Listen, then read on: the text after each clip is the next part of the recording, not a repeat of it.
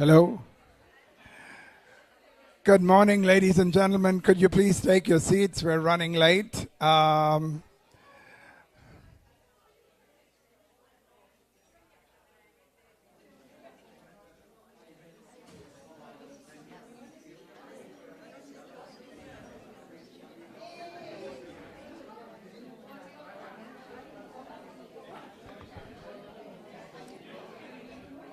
Good morning once again. My name is Owen De Souza, and I'd really appreciate if you all took your seats, because we've got a very tight schedule and we need to keep on time.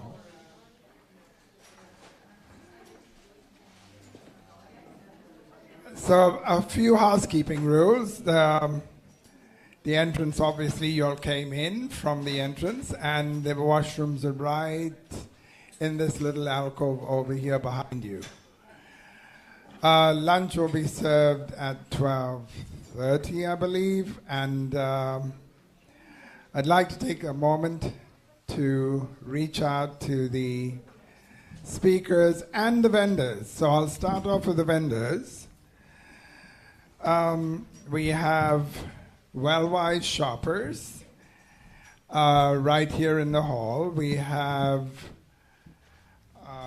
Glen Oaks Memorial in the far corner. We have Community Care and Support Services out in the hallway. We have De Souza Financial in the hallway as well. We have Seniors for Seniors in the hallway, and we have Lindsay Garrell from Canada Audio. Ladies and gentlemen, when you have a moment, please go around and visit the vendors. I've worked extensively with them. They're all eager to show you their products and what they can do to help the community at large. That being said, I would like to introduce the first set of speakers that are going to be on this afternoon. We've had to switch out somebody that was a little unwell. So we have Owen De Souza replacing Maria for mental health. We have Danielle Farrell from the Alzheimer's Society. And we have Fiona Pinto De Souza from Glen Oaks. And I will continue with the other speakers that we have. Leona Wharton from Community Care and Support Services. Tracy Neal from Footwear, Diabetic Foot Care. Dr. Martin Pinto, who will be here only at 2 o'clock. He represents the family physicians. And lastly, we have Patricia Thorne from De Souza Financials, and she's out there. So I really stress that you go out there, meet them, and talk to them. They've got a lot of good information. So without further ado, I'd like to turn it over to Maria Nerona, a.k.a.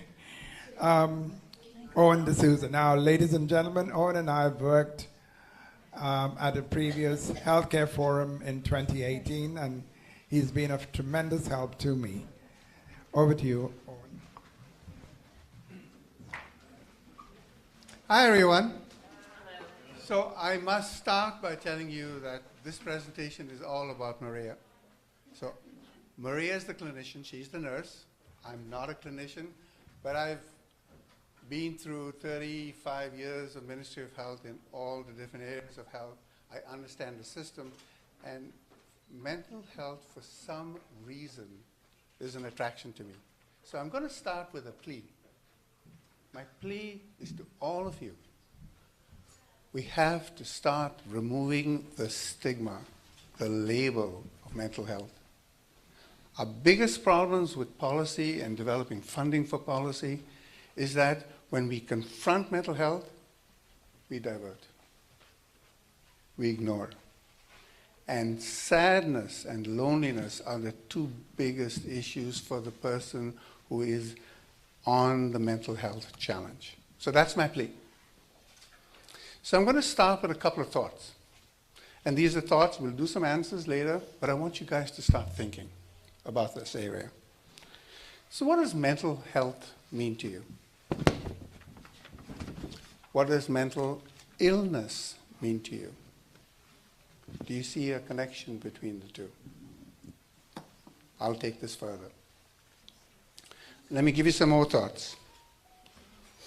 What do you think about schizophrenia? How are you feeling about suicide? Addictions and substance abuse. The treatments for some of these things. Medications. Counseling. Hospital and home residential programs. These are things where on average, people who need mental health services are accessing maybe 5 to 7%. And that's because we don't know. So I'm going to try and keep these really simple. I adjusted some of Maria's slides because I really want to try and talk to you at a very personal level. So what is mental health? It's about how people think, feel, and behave. Whoops. It's also about how we handle stress, how we relate to others, and how we make choices. So all of what's happening here and how we connect and how we do in daily living. So what is mental illness? So really, really simply, and you can see I'm not going to talk like a clinician, it's when the brain does not work the way it should. It creates disorders that affect mood, that affect thinking, and affect behavior. So examples of this: depression, bipolar disorder, schizophrenia, addictive behavior. What are some of the symptoms? Excessive fear, mood changes, problems with memory, sleep and appetite changes, and withdrawal. And the part that affects us the most is that mental illness interferes with relationships and the ability to live on your own or daily living. And it leads to social isolation. And this is the part I made, if you remember in my request, my plea to all of you, is for us to help people that are in this position, we have to be open to understand where they are and try and support them. So some statistics, and I really don't want to make this a terrible day, but I think we really need to come to grips with this. So in Canada, 6.7 million people have a mental health condition, illness. For the age group 20 to 29, 28% have a mental illness annually. Annually. About 8% of our entire population will experience a major depression at some time in their lives. About 20% of our Canadian youth have a mental illness or disorder. And our suicide rate, third highest in the industrial world. So how does this all happen? Clinicians will say to you that the major trigger is trauma. So what is trauma? It's a lasting emotional response to a distressing event. It'll have effects on your mental and emotional health, which creates the risk of mental illness. Now remember I talked to you earlier about mental illness, and It's how we think, we feel, we act. So when trauma hits that, it's shaking your entire mental health foundation and your ability to perform the way you would normally did before the event. The problem, one of the many problems, is trauma affects people in different ways. So when we're trying to do our research, we're saying, well, okay, it's you, it's me. This is the event. Someone dies in the family. The effect is not the same. And the trauma can be triggered by a single event. So like a car accident, a death of a loved one, relationship failure, the pandemic, or something long-term that has been happening for many years, like ongoing sexual abuse.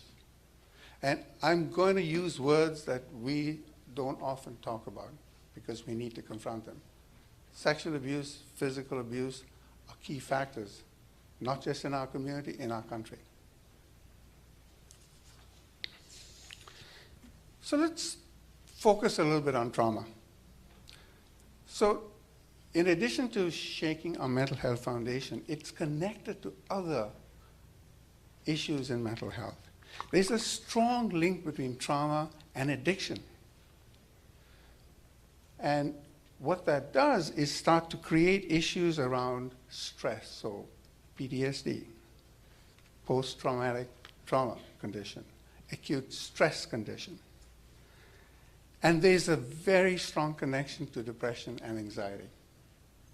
And these things start small, but unfortunately it's like a roller coaster going downhill. It just keeps on increasing and increasing, and there's more withdrawal, there's more sadness, there's more loneliness.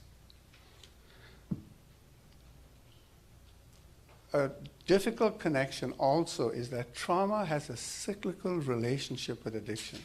So they feed on each other. So you feel vulnerable because of a traumatic incident. You feel the need to get some help, feel better. You start to take drugs or alcohol, and the addiction takes place now, and you lose control of it. And that creates more issues with mental health. And we take this because we want to soften the pain, the loss of grief, the loss of someone that was very close to you. And that creates the addiction issue.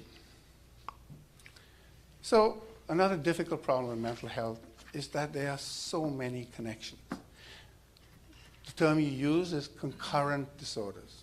So it's not just stress, it's something else. Interesting stat. 50% of people who have addictions have a mental illness. About 20% of people with mental illness also have an addiction. So it starts with one or starts with the other, but they connect and both create a situation where the situation worsens. Drug issue is connected with, oh my goodness, antisocial borderline personality disorders, mood anxiety, paranoia, and antisocial personalities.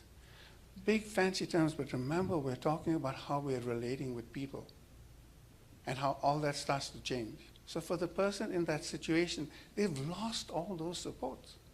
And now they're more and more on their own. And they feel more and more like withdrawing, and the situation gets worse. Drug dependency can also cause severe anxiety and mood disorders. And this is a challenge that I'm sure we all face with our children, with people around us. So I want to stop there with mental health and talk about some of the things that are now becoming more and more available.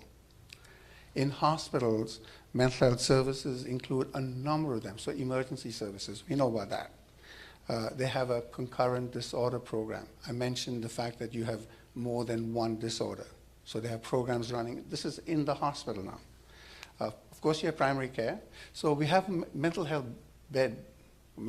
units in hospitals. You guys aware of that?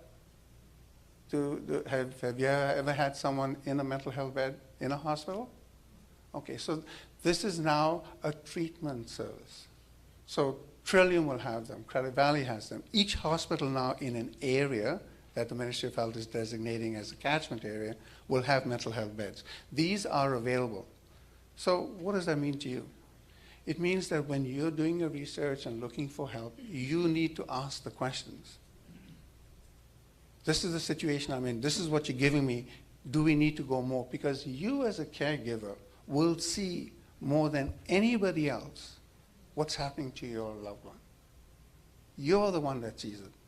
And there's power now for you to try and do some of these things. We have self-help and peer support. How do you help someone who's in a challenge with mental health? Get the information, try and use it, see if it works. Make notes on what works, because when you go to the next level of seeking service, your notes are going to be critical. Because remember, the person who's in the challenge is withdrawing. They don't want to talk about it. So you need to be their mouthpiece. Another really big change in mental health has been the community mental health nurses. I'm just watching my time. Yeah, so I'm winding down now, but mental health nurses, and this is someone that we need to encourage our youth when they're looking at nursing to consider community mental health or mental health. They do all kinds of things: early identification, screening for mental health. They help with self-education, coping strategies. Key support for you when you're looking to try and support your loved one, because they're not going to be there 24/7. Unfortunately, you are. There's also the need to access housing and finances, amount of money they need.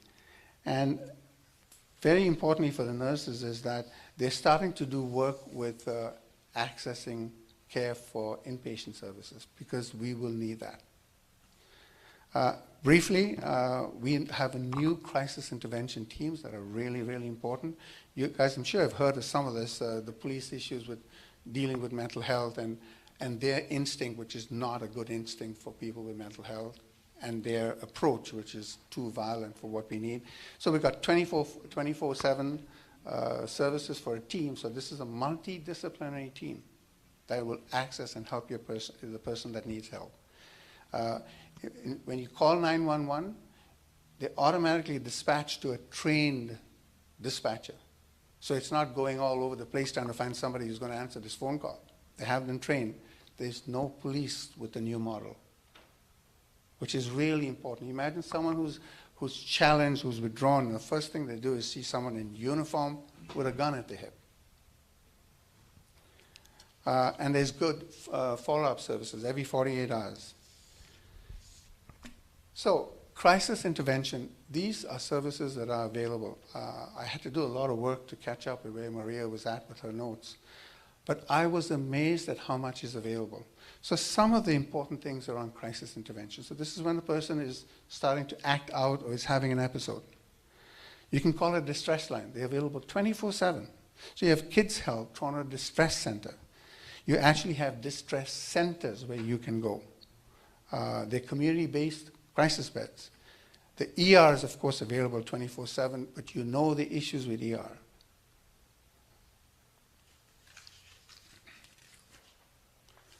So I am now going to wind down, let you guys catch a breath. I need to lift up the tenor in the room. I know you guys are all thinking down and feeling upset and feeling concerned, but please remember my plea.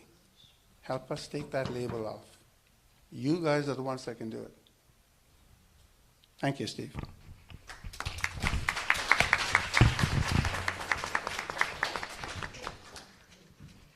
Thank you, Owen. Does anyone have any questions for Owen at this point? If you do, please raise your hand and I'll bring the...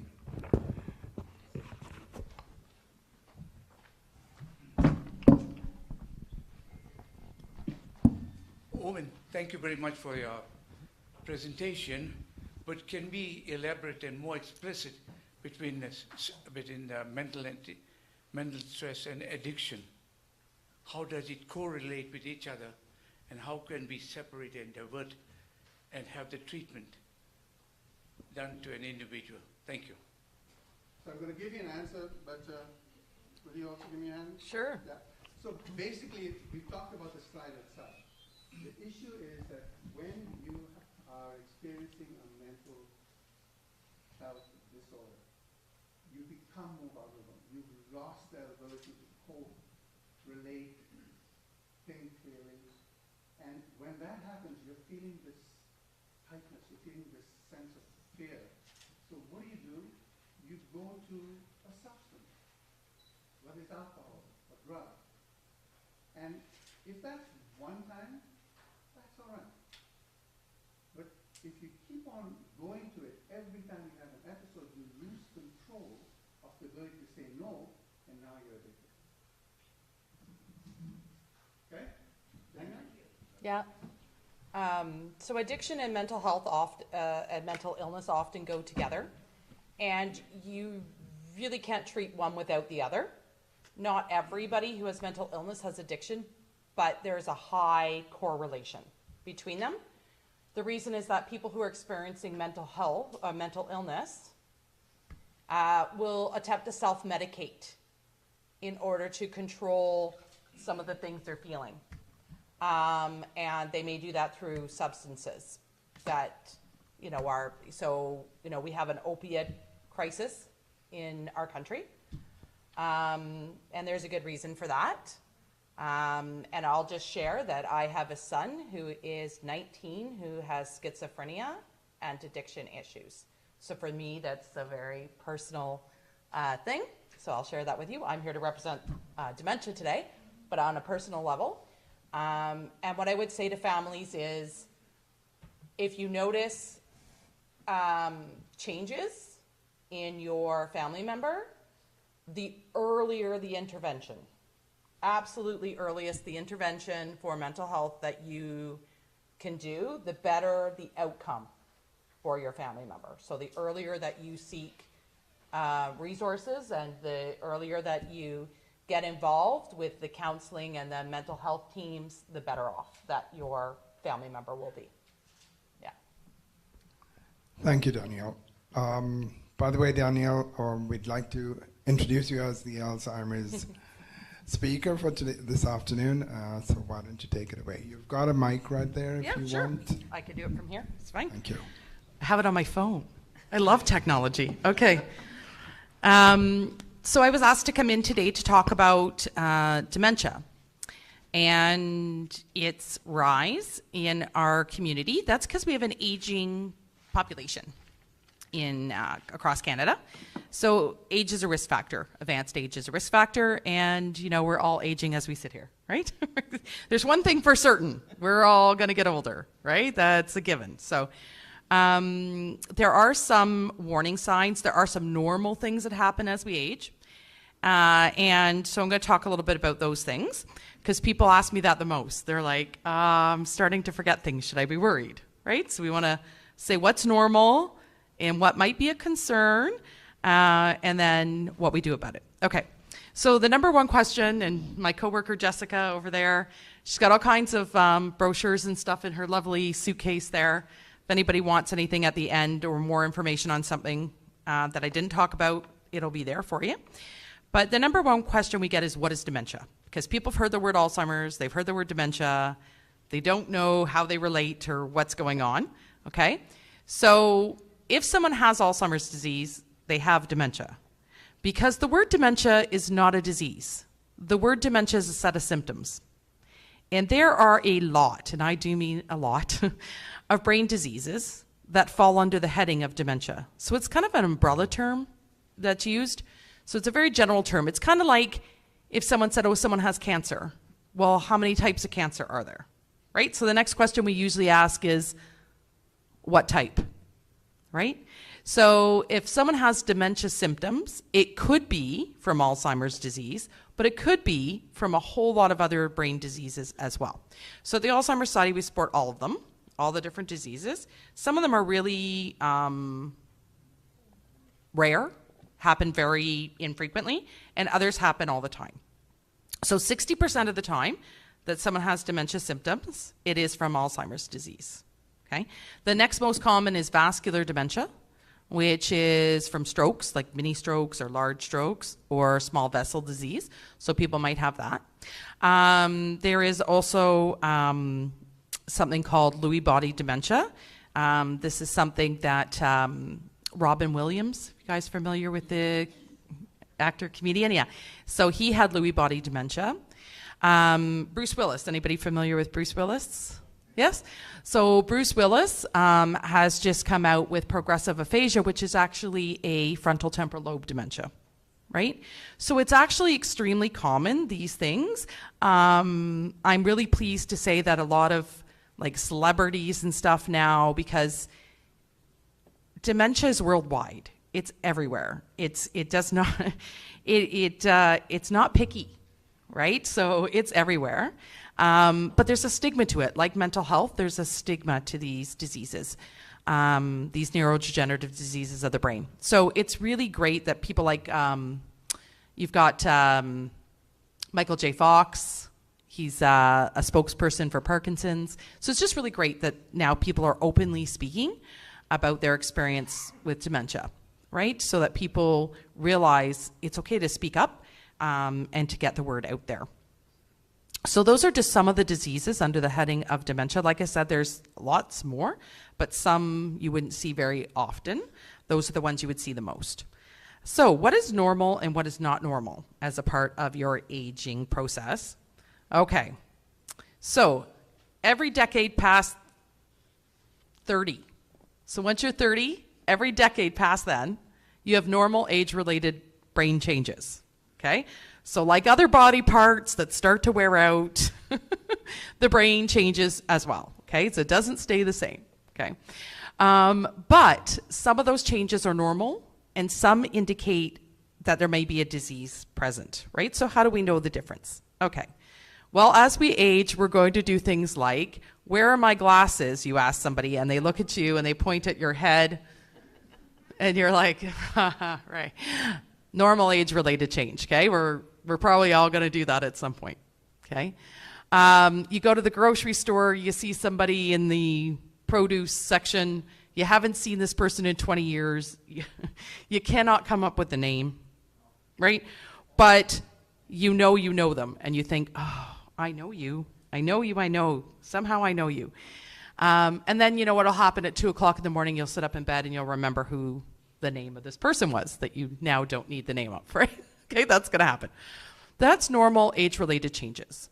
If you come into the house and you put your keys down, you know, in the kitchen, for example, and you go off and you do something else and then you think, where are those keys?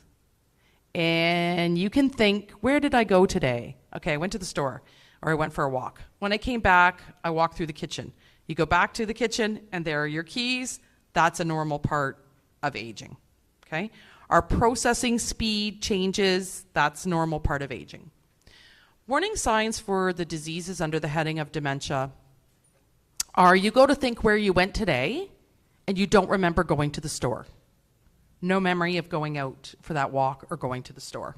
Can't remember what you did, okay? It's a big gap in memory, right? Or you're looking for an item and you're looking for those car keys, and when you find them, they're in a very strange place. So they're in the sugar bowl, or they're in the fridge, okay? They're somewhere that you wouldn't put keys, okay? That's not a normal part of aging. By the time we're adults, our personalities and our moods are pretty set in who we are.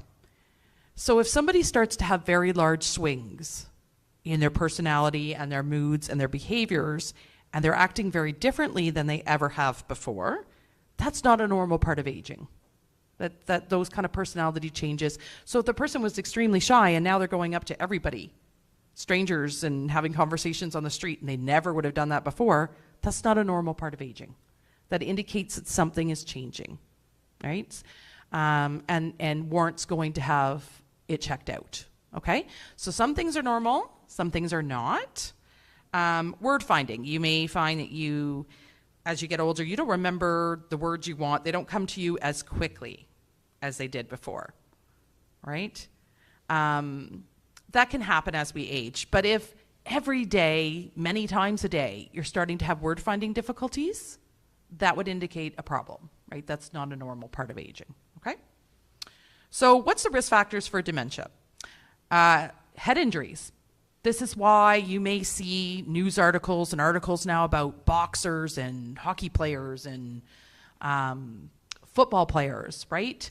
Soccer players, all these sports where, you know, they're knocking their head around or balls off their head, they're getting dementia at a much earlier age than would be expected, and this is because of the head injury, right? They're putting themselves at higher risk there.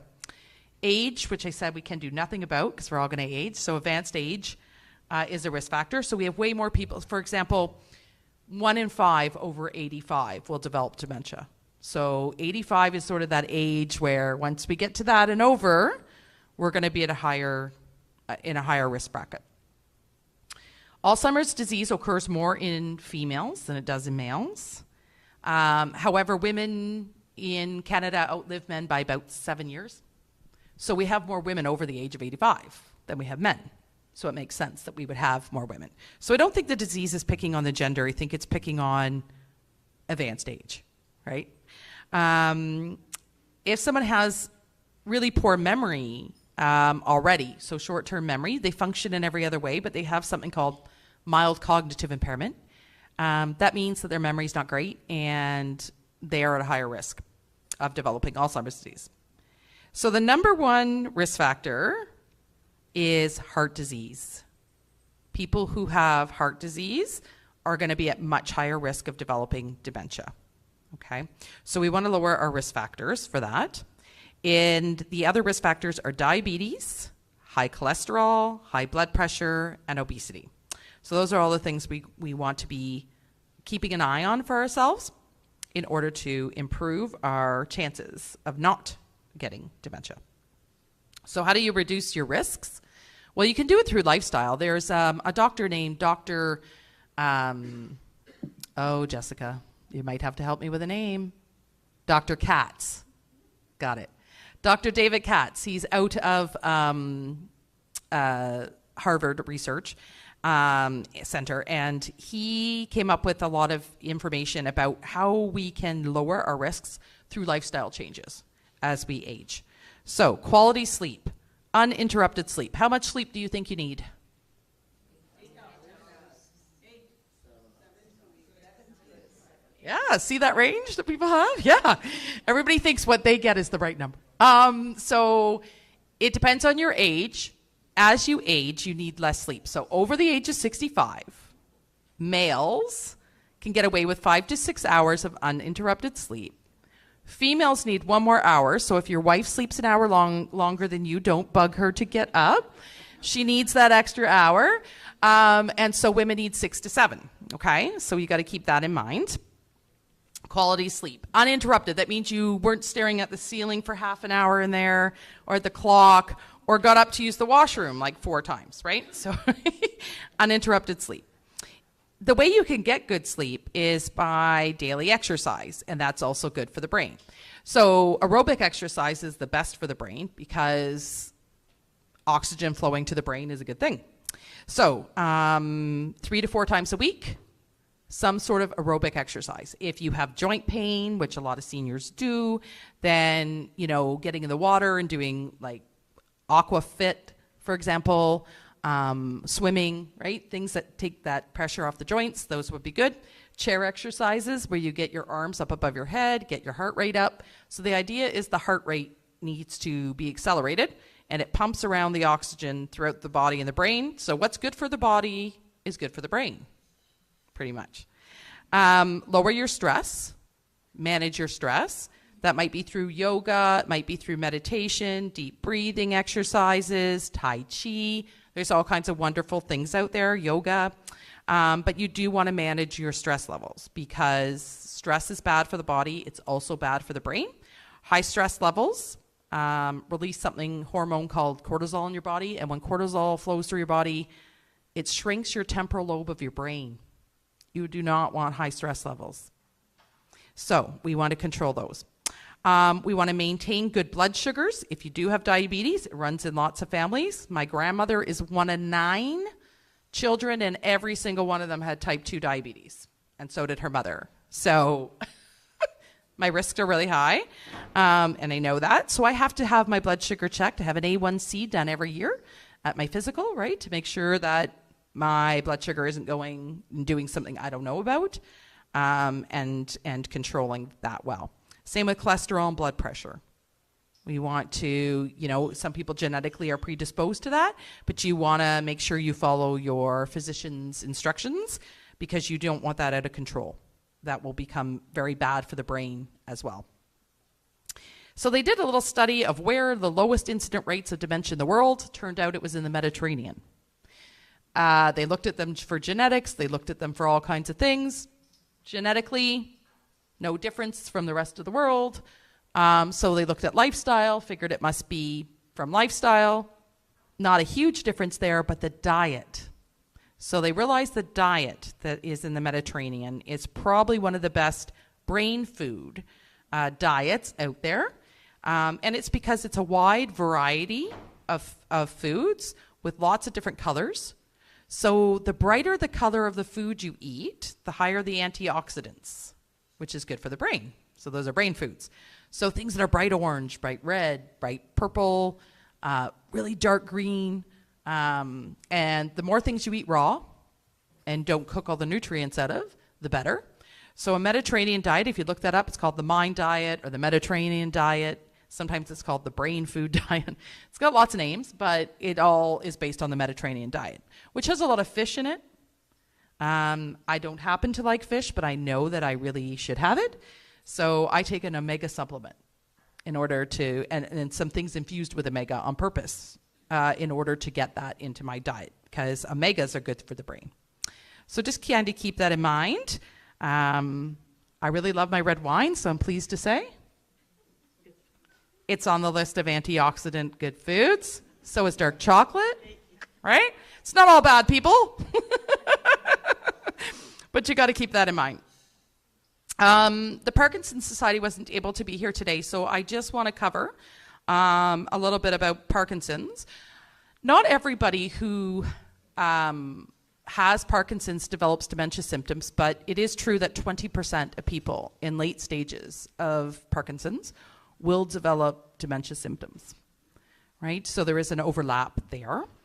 And in order to come up with any diagnosis for any of the neurodegenerative diseases, and Alzheimer's is considered a neurodegenerative disease, you do need to go through a ruling out process. That's how they come up with a diagnosis. So they look for factors that could be causing the symptoms, and they rule those out. It's usually through blood test and urinalysis, and they're looking for electrolyte balances, and they're looking for all kinds of things that could be causing the symptoms. If everything checks out okay, they figure that it's probably a brain disease, and they start to do scans and things for that. And it's no different with Parkinson's. So you would have a neurologist, usually do a medical history, a ruling out process, and brain scans. And then there is a Parkinson's Society. They're really great and have a lot of good information. So they do have a toll-free number, and if you look up Parkinson's Society, and what are the risks? What are the warning signs that somebody might be developing Parkinson's? So if they start to have a tremor, a slowness or a stiffness to how they move and they walk, if they start to have balance issues, so falls, if they're tired all the time, if their speech changes. So if they had a very loud voice like mine and they suddenly start to talk very softly, that would not be normal.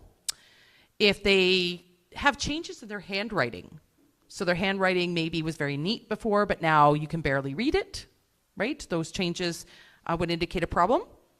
If their posture changes, so maybe they usually are very upright, now maybe they're very hunched, okay?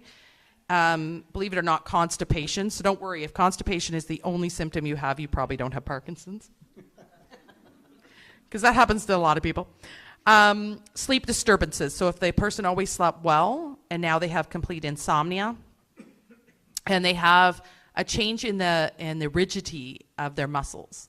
So some combination of these symptoms would be warning signs that Parkinson's may be present.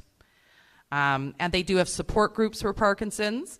The Alzheimer's Society Appeal has a lot of services for people living with dementia. So we do have support groups for people living with the disease. We have support groups for their family care partners. We have free education. Jessica, my lovely coworker over here, and myself are public education coordinators at the Alzheimer's Society.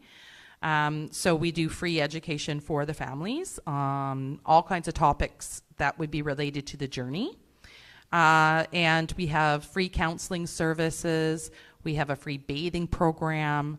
We have a couple of services that do have a cost, and that would be our adult day programs and Norris House, which is a respite place where people living with dementia can go so their families can get day and night break for 2 nights up to 2 weeks. Our day programs are during the day. They are subsidized by the government, but they do have a cost of about $20, Jessica, $20 a day for the day programs, and the rest of that cost is paid for by the government because it costs more than that to have the person there. But that includes all meals, snacks, and activities. And that's a good respite solution for a lot of families too, because private care usually runs about $20 to $30 an hour as opposed to a day. So it's a big difference. So that's my piece on dementia. You guys have any questions? Does PSP and ALS fall under Parkinson's? So ALS, or Lou Gehrig's disease, as it's sometimes referred to, is one of the neurodegenerative diseases, but it is a disease on its own. So Parkinson's and ALS are 2 different diseases. They may have some common genetic risk factors, but they are 2 different diseases. What about PSP? So progressive supranuclear palsy.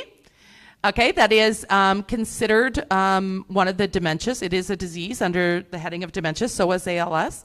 They're just not as common. So supranuclear palsy is one of the frontal temporal lobe dementias. So it falls under that category, but yes, it is one of the dementias. Yeah. A couple of quick questions. Number one, is autism part of the mental health series there? And number two, medications. We get medications for diabetes, this, that, and the other, but is there really research done on what effect those medications have on dementia?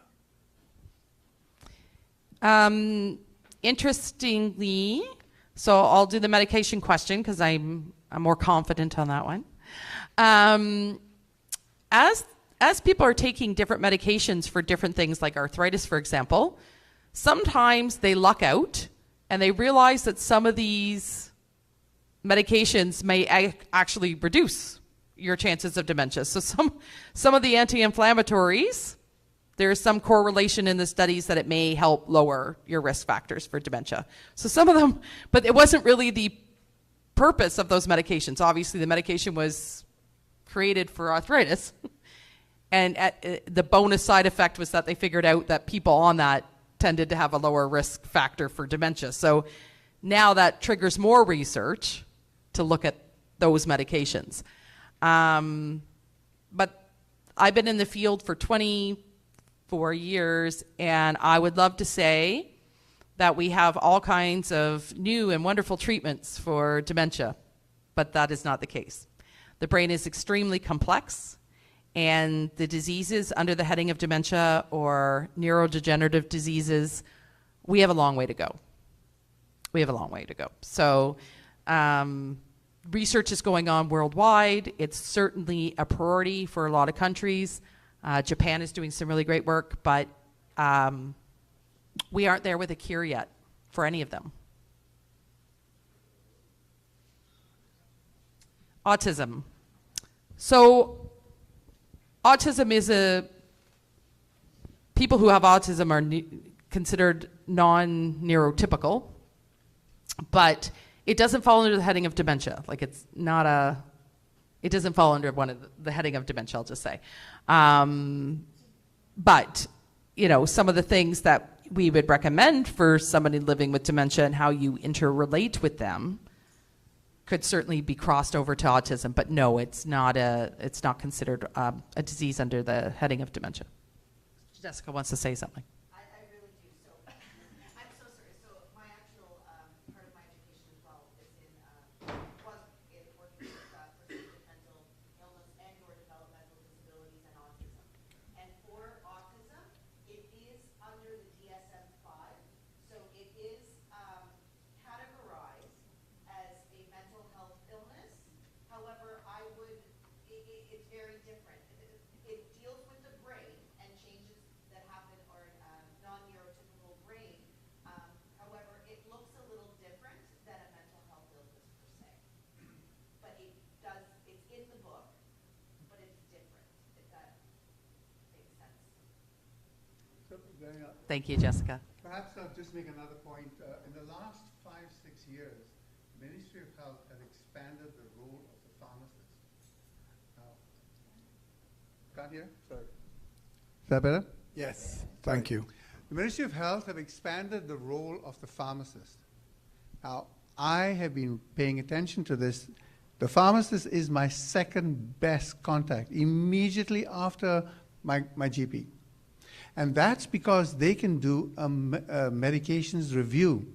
So, Al, that's so important. I mean, how many of us have seen medications?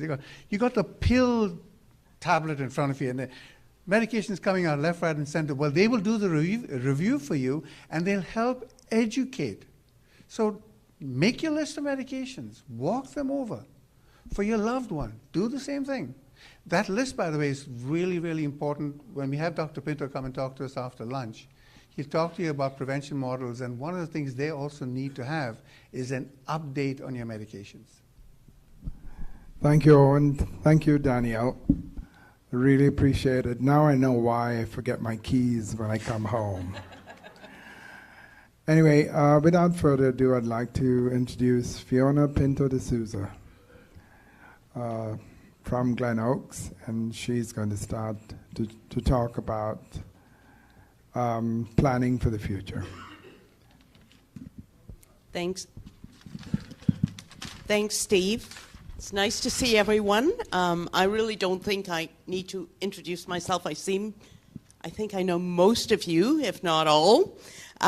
So many of you know my story and my journey to Glen Oaks and Auburn Memorial. For those that don't, I'll just repeat, this was not my career path. Unfortunately, my brother passed away about 8 years ago, and I was left scrambling to make difficult decisions. Nothing in life sets you up for something like that. It was an emotional time, and I was making emotional decisions. A few years later, the opportunity came up for me to do this, and I thought it would be my ministry. And so here I am today, 5 years later. Auburn Memorial is a large private Canadian company that has been around since 1947. We're 75 years old this year. And the reason I tell you this is because we are from coast to coast. We're one of the few companies in Canada that has cemetery and funeral homes right across Canada. And the biggest difference with us is that if anyone ever purchased what I call real estate or funeral services with us, you are able to transfer them, whether it's from Toronto to Vancouver or even out from Toronto to Burlington or any of those places. So enough about me and Auburn Memorial. Today I'm going to talk about a little bit about estate planning. And I think it's important that I talk a little bit about estate planning because in our community, we don't want to talk about these things. And I want to align estate planning to putting a jigsaw puzzle together. If any of you have done jigsaw puzzles, whether it's 500 pieces or 1,000 pieces, we sit at it, we go back to it, we come back to it later on, something, you know. But eventually, there's the last piece that has to go in. And guess what? It's missing. Estate planning is very much like that missing piece of the puzzle. With COVID and the pandemic, estate planning has come to light. 83% of Canadians today are engaged in estate planning. Estate planning is about life, the life of your family and you. A well-considered estate plan makes it easier for your families and the loved ones to cope during a difficult time.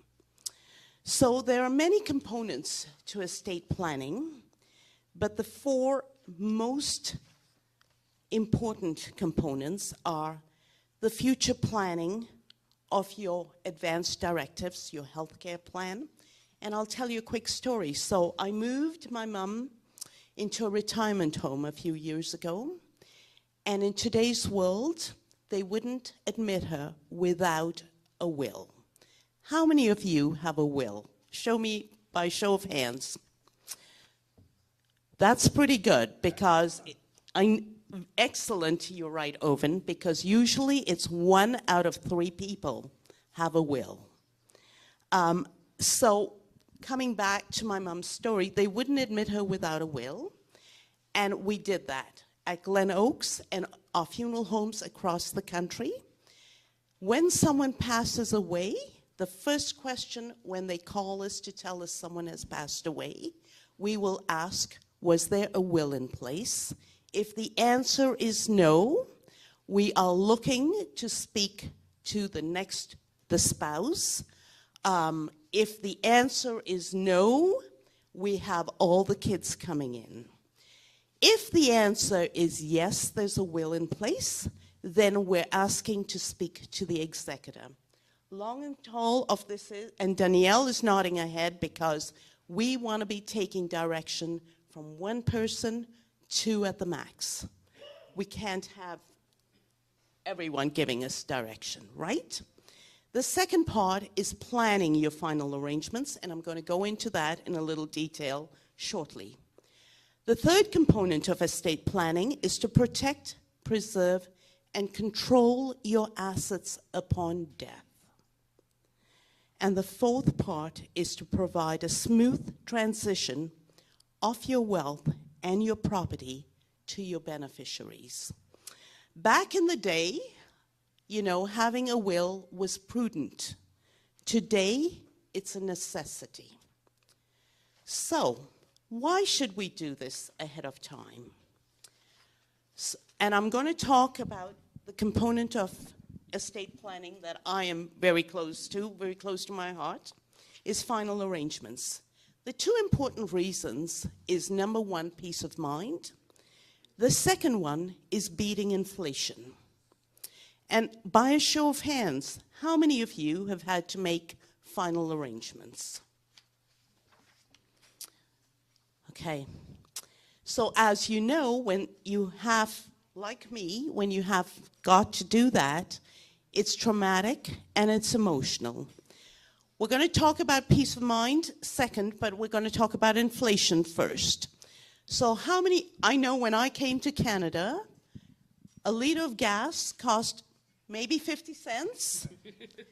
And today we're at $2 and rising with a liter of gas. Well, guess what? That is inflation. I didn't put the slide presentation up for you, but I'm going to tell you. Back in the 40s, for 2 people to be buried, full cemetery costs, the digging, the monument, the tombstone, some call it, the lot, was about $600. In the 60s, it was $2,000. And in the 70s, with inflation, it skyrocketed to about $6,500. In the 80s, it went up to $5,000, and in the 90s, it went up to $8,500. Today, across the cemeteries, across the country, it's about $20,000 to $30,000. Yes, it's a lot of money. We work very hard for it, and I firmly believe we shouldn't be spending it. This is why cremation rates are going up, right? But even cremation costs will go up because it boils down to inflation. As we know, everyone will have the problem of making final arrangements because unfortunately, none of us are here forever, right? So it's not a question of when or if, it's a question of when. Frequently, I meet families at the most difficult time of their lives, and they are all scrambling to make more than 87 decisions. I have an 87's decision brochure at my table if you'd like to pick it up. Those are the things that have to be done when someone passes away. And I tell you, when my brother passed away, it felt like 187. But today I'm going to tell you the story of my colleague John. He sits in the office across from the hall from me. And we were trading stories because, like me, this was not his career. And I said to him, John, how did you get into this business? And he said, Fiona, I was 35, and my father came home one day and said, John, I want to talk to you about all this paperwork that I brought home. And John, at the age of 35, said, Dad, I don't want to talk about it. And this is a natural instinct for any child, no matter how old the parent is. John's dad said, well, son, it's in a pink folder in the bottom file cabinet. This is where you will find it. 20 years later, John's dad passed. John went to the bottom file, picked up that pink folder, made one phone call, came into the funeral home. He said, Fiona, I had to make two decisions, the date and the time, not 87 decisions. He said, that was the best gift my father left me. I tell you all, we come to this country to do better for ourselves and our kids. Do me a favor. Look after that final piece of the puzzle. I'm going to skip through a couple of things here. So, in closing, planning for a funeral is simple. It relieves the burden of responsibility and undue financial or emotional pressure from your loved one's shoulders. By purchasing today, prices and today's dollars, you can effectively beat inflation, which would save thousands of your estate. Furthermore, when making final arrangements in advance, you have several payment options. You also have, it's very flexible. Your money's not lost. You can choose to change 20 years down the road if you want to do cremation or whatever that case is. That is not the case at the time of need. So folks, planning ahead is wise. I hope that in the short time together, you've learned a little bit about why. Planning ahead saves money.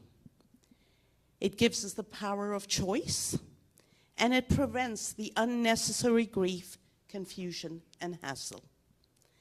Planning ahead gives you peace of mind. The one call, so do it today for the people you love. Thank you.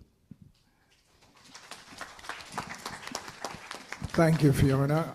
Any questions from the House? The mic. Thanks, Fiona. That was really great to hear. Maybe a question that I'll ask not only for just myself, but for anyone else here who may be in a similar situation. Very often our parents, as they get older, do not really want to really address this. It's a bit of a sensitive issue. It's an emotional issue for them. They really don't want to deal with it. They realize that they have to. But my question to you is, can the children prepare in some form for that on behalf of the parent? Does the parent need to know? And how would it be addressed? Is it in the name of the child, in the name of the parent? And is it transferable if, let's say, it was not the wishes at the end of the day in the will? Thank you, Glynis. So, very good question. I'll tell you, When I did my brother's, I did mine and didn't tell my mother about it because at the end of the day, it would have landed in my lap. I've had a family last week who didn't know, but really in an indirect way when someone passed away would say, and Mom, what would you do if you were in that circumstance? So very important, more than pre-planning, number one, is to have direction. I didn't have direction with my brother, and that was the singular most difficult decision. Money set aside. But if you have direction, then that helps. On a pre-planning side, yes, absolutely, you can do, the purchaser can purchase for their elderly parent. The elderly parent gets put on as a conveyance, and down the road, if that's not what mom or dad or grandma wanted, A, you can transfer it to yourself, the purchaser. B, you can sell it. And C, any of the items other than the lot, because there's issues with the real estate, any of the other products like the urns or the tombstone, we will give you full credit minus an administration fee for that. So when I tell you your costs are pretty flexible, it's an investment you want to make, we seriously stand behind it because we understand things change, 20 years down the road, right? But yes, highly recommended, and you certainly can purchase it on behalf of the aging parent. Yes, Harper. If you have a family member who has no will, how do we deal with that at the funeral home? We are going to really have to talk to the next of kin. If there's no next of kin? Well, then we're going to go to the closest friend, right? But it could be a relative, absolutely. But we've got to make sure there are ties. This is why I tell families, please, also in the back of at the table there, I've got a legal will kit. And that is for someone simple who has not a lot of assets. You don't want to pass away in this country without a will. I'll give you my brother's example again. Experience has taught me a lot, and over the last 5 years, I've seen a lot of families. My brother died without a will, and something as simple as the ownership of his car, I could not transfer that. I wasn't selling the car, I was actually gifting it to someone, and Services Canada wanted the ownership transferred. So there are little things we don't think about, right? So I suggest very strongly that in today's world, everyone has a will. You're going to need it even at the hospitals because they're going to need direction from someone, right? Yeah, I was going to say powers of attorney. You do not want to become incapacitated in some way due to disease in this country without power of attorney for care and power of attorney for property. Because what ends up happening is they go to something called substitute decision-making hierarchy, which is set out by the public guardian and trustee. So what they do is they will first turn to an adult parent who's still living, and if you don't have a parent living, they turn to your adult children, not the oldest, all of them. And they have to come to an agreement on a decision. So if it's around a feeding tube, or it's around whether to resuscitate, or anything to do with their medical care while they're incapacitated, those children have to all agree. So if you have 6 children and there's infighting and they don't agree, you're the one lying in the bed waiting for a decision to be made. Well, people argue. It's not ideal and probably not what you want. So really important to name your power of attorney for care, power of attorney for property. They're 2 different things. Power of attorney for property is going to manage all of your assets and finances, selling real estate, all of that good stuff, investments, everything. And the person who is power of attorney for care is going to make all of your care decisions, medical decisions, where you're going to live, and what medications you're going to take or not take, and what medical interventions are going to be given or not given. So it's really important to name people you trust, but it is important to have that, because even before you pass, decisions may need to be made. And we know that because people living with a progressive dementia at some point can't make, become incapable to make their own decisions, and someone else has to make them. It becomes a very big nightmare for a lot of families when that hasn't been pre-planned. I also want to point out that when someone passes away, the power of attorney is no good, and we're looking to the will. And it doesn't matter if someone has the money to pay for those final arrangements. We still need to talk to either the next of kin or the kids have to agree. In the back, yes. I'll take the mic. Take the mic behind you. I was just wondering if you've come across a case where a person has given, through his living will, the power of attorney to a certain person and told that person what he or she wants done. But when that person is in that critical condition, if the person you've given complete power of attorney changes and makes her own decision or his own decision, have you come across a case like that? So in Canada, we have something called advanced directives, but we do not have living wills. So living wills is a United States term, which most people are familiar with, but it isn't in Canada. So in the United States, it's called the living will.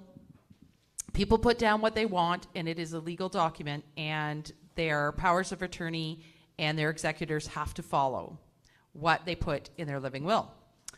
In Canada, we have advanced directives, a little bit different. And that's why I say really, really important, and be careful about who you choose as your power of attorney for care, because ultimately that person will, in Canada, have the power to make decisions on your behalf. And even if you had conversations and even if you put it in writing, yes, they can change it. So in Canada, your power of attorney for care and for property is supposed to act in your best interest and on the conversations and stuff you put there, but they won't be held legally. They can change it. However, they can also be charged with neglect if it's very obvious that they're doing things that would be not in your best interest. Jessica? Danielle, the do not resuscitate, though, that would be one item that they wouldn't be able to alter or change if that was signed within the context of a... Yes, so do not resuscitate orders in the province of Ontario are actually not just you telling somebody that you want a do not resuscitate order. It is actually something you go to your physician. It's a certificate, and you have to have it signed by a nurse practitioner, a physician, and it's actually a document. It's great if you tell people you would like to not be resuscitated, but if you actually don't have that certificate and it actually has a barcode, a serial number on it, if 911 is called and you don't have that, the paramedics have to resuscitate legally. So you have to have that certificate if you actually want that to be followed. Okay? So in light of what you just said, does the power of attorney have precedence over a will or vice versa? Power of attorney is in place before the death. Powers of attorney is in place before the death, and they make decisions before the person has passed. The power moves over to the executor upon death.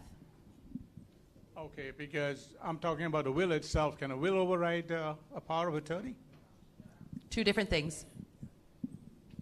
There's a will and there's power of attorney. Most attorneys, when you're doing your will recommend that you do powers of attorney documents at the same time, but they're different documents. So some people may have a will and no powers of attorney, or vice versa. but highly recommended, and I think you would agree, right? You should have both. I would say you should check your wills.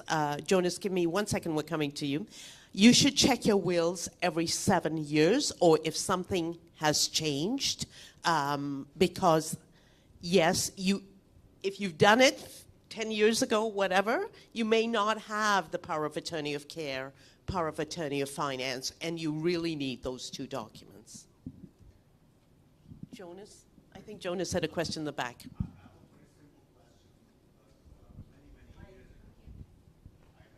There's a mic coming. Many years ago, I feel like I made a very good investment in buying my brother and myself an urn at Assumption Cemetery. I think that was about 20 years ago. And we bought that, and Fiona, Maria, and Owen, you've done a beautiful presentation of items that are of concern to everybody.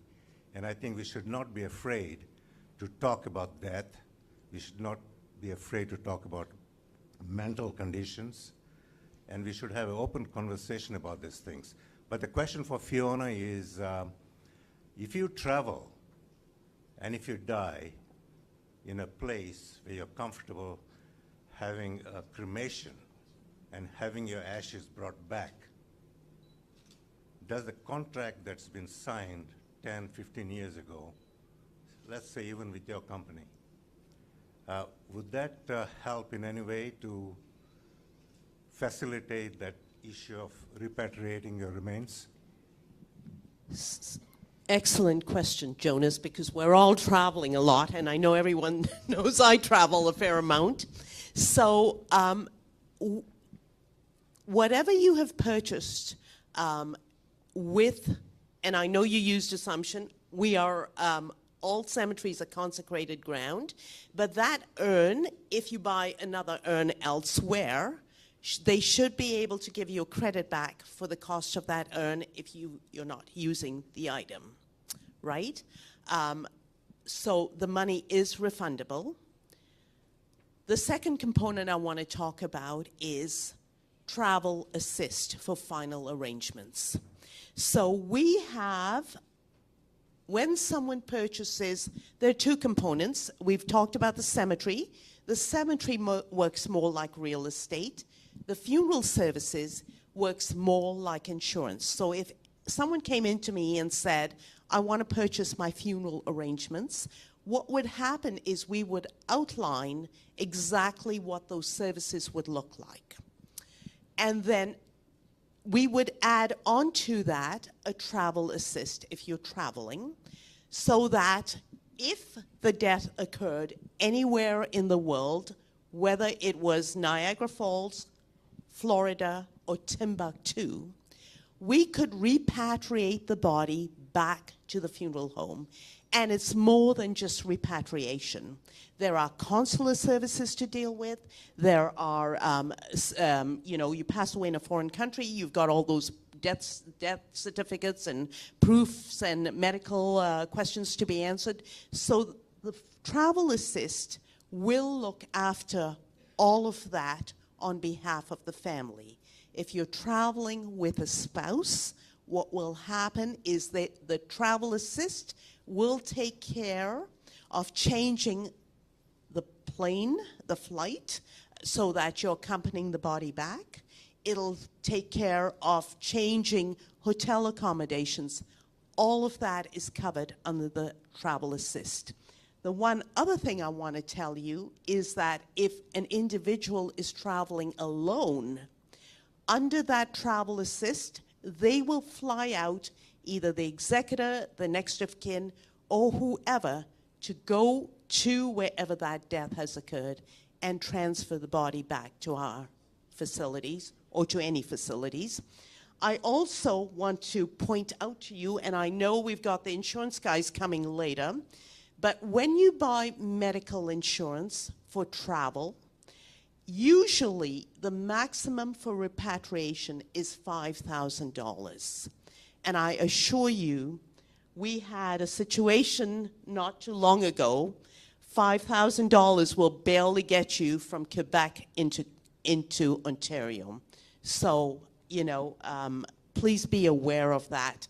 If you've got insurance, medical insurance with any of the government facilities or with, or private insurance, some of them will cover repatriation up to 100,000 or $1 million, and then you're okay. But the general medical, when you're traveling, is $5,000. Jonas, does that answer your question, or do you have a second one? Thank you very much. You're welcome. Follow up to that. If a person, say I and my wife go away, and I pass away there, it's traumatic for the family to come back, bring the body. What's wrong with having my body cremated there and the ashes come back? So much simpler. You absolutely can do that, Al. It's easier said on this end. If you're working with which is with that travel assist, you're working with a funeral director, us and the funeral director in whatever country it is, and we can make that happen. Good. But let me tell you two things. Firstly, not every country has cremation facilities. For example, Malta does not allow cremation, so they don't have cremation facilities. Antigua doesn't have cremation facilities. They're going to repatriate the body to Saint Martin or one other Caribbean island. Finally, Al, it's very important, and I tell everyone this, it's not about the person that has gone. It's about the people that are left behind, the family that is left behind. So to your question there, yes, you're traveling with your spouse, but I would think your kids, your grandkids would want to see you one last time. So, not about you, Al.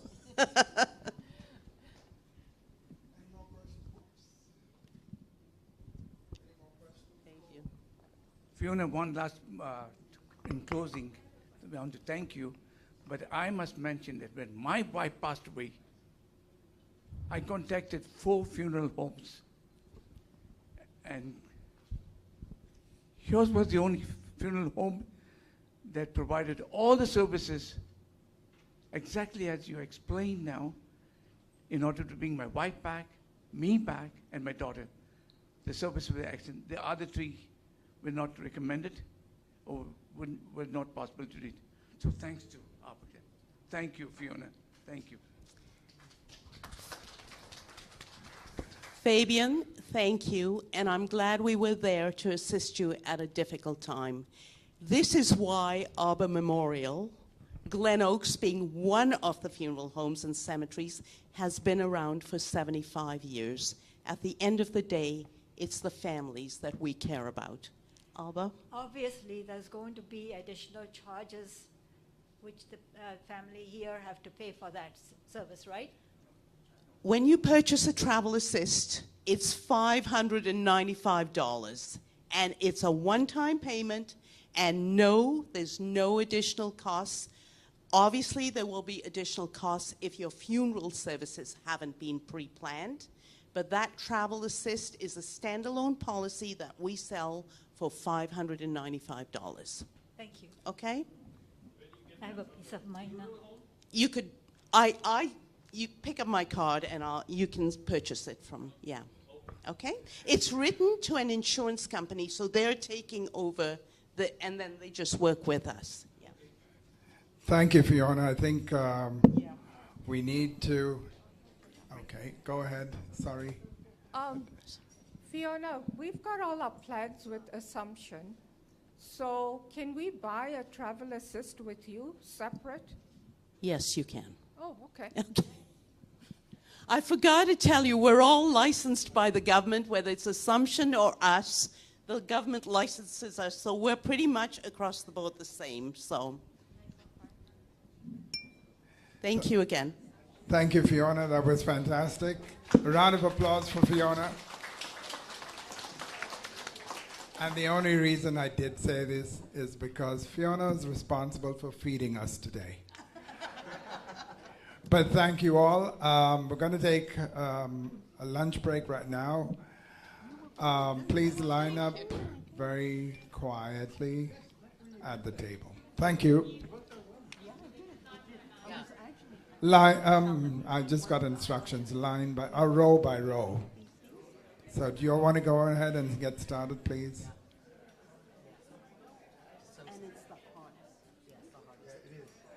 And while you're having your lunch, you can go around to the vendors. They've got a lot of interesting pamphlets and good ideas, so please make sure that you visit them.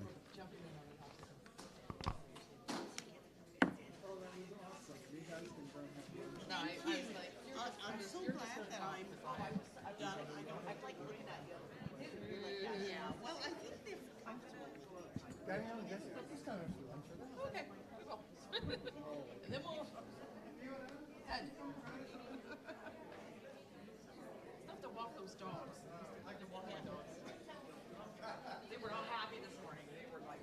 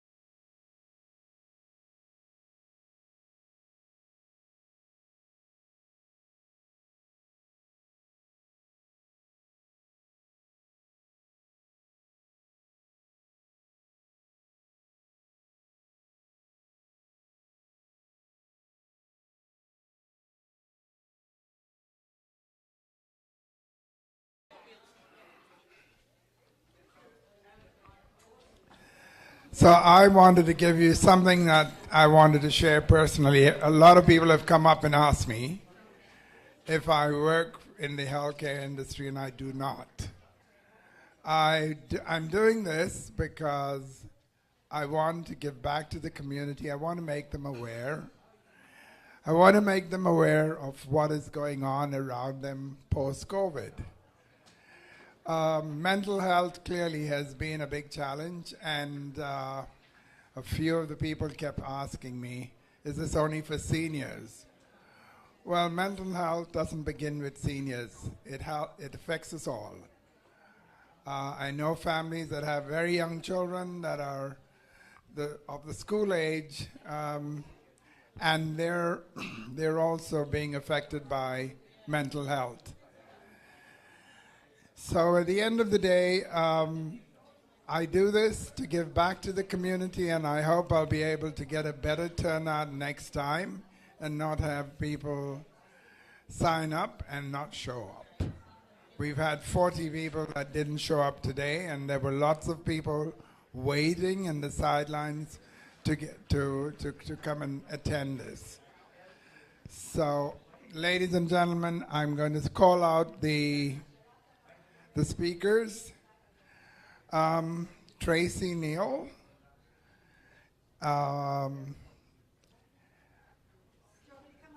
Yes, please. Tracy is from Diabetic Foot Care, and she is excellent at what she does.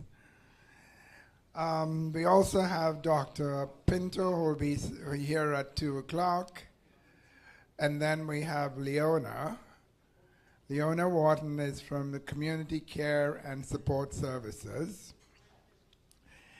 This is a lady who will be, I'm sure, will be very challenged today, because there'll be a lot of questions coming out. I know I had a lot when my mother was going through the same thing.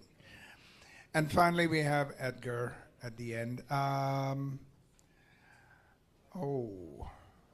mind escapes me now, but I will bring Edgar's replacement in. I'm trying to have my lunch as well, so where is my better half? My better half, Avril. So just a big picture of what we're trying to do.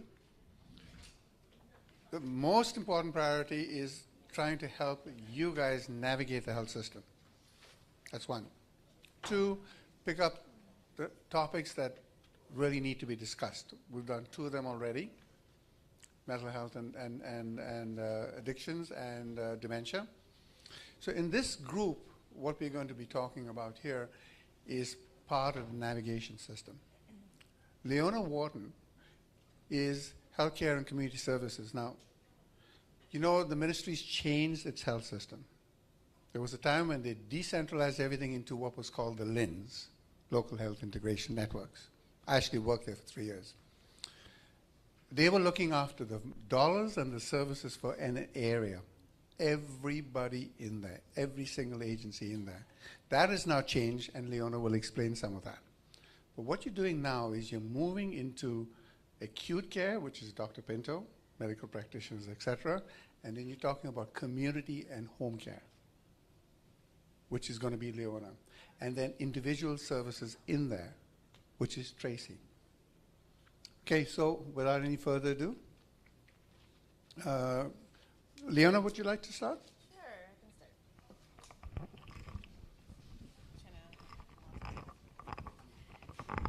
All right, everyone. My name is Leona. I am a care coordinator from Home and Community Care Support Services, Central West.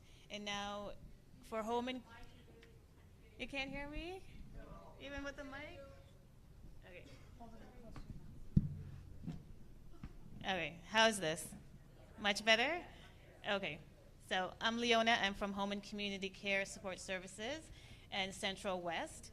And so for Home and Community Care Support Services, Central West is one of 14 Home and Community Care Support Services organizations in Ontario. And so as our announcer was alluding to, we changed our names recently, so you might know us as CCAC, Community Care Access Center, that was way back.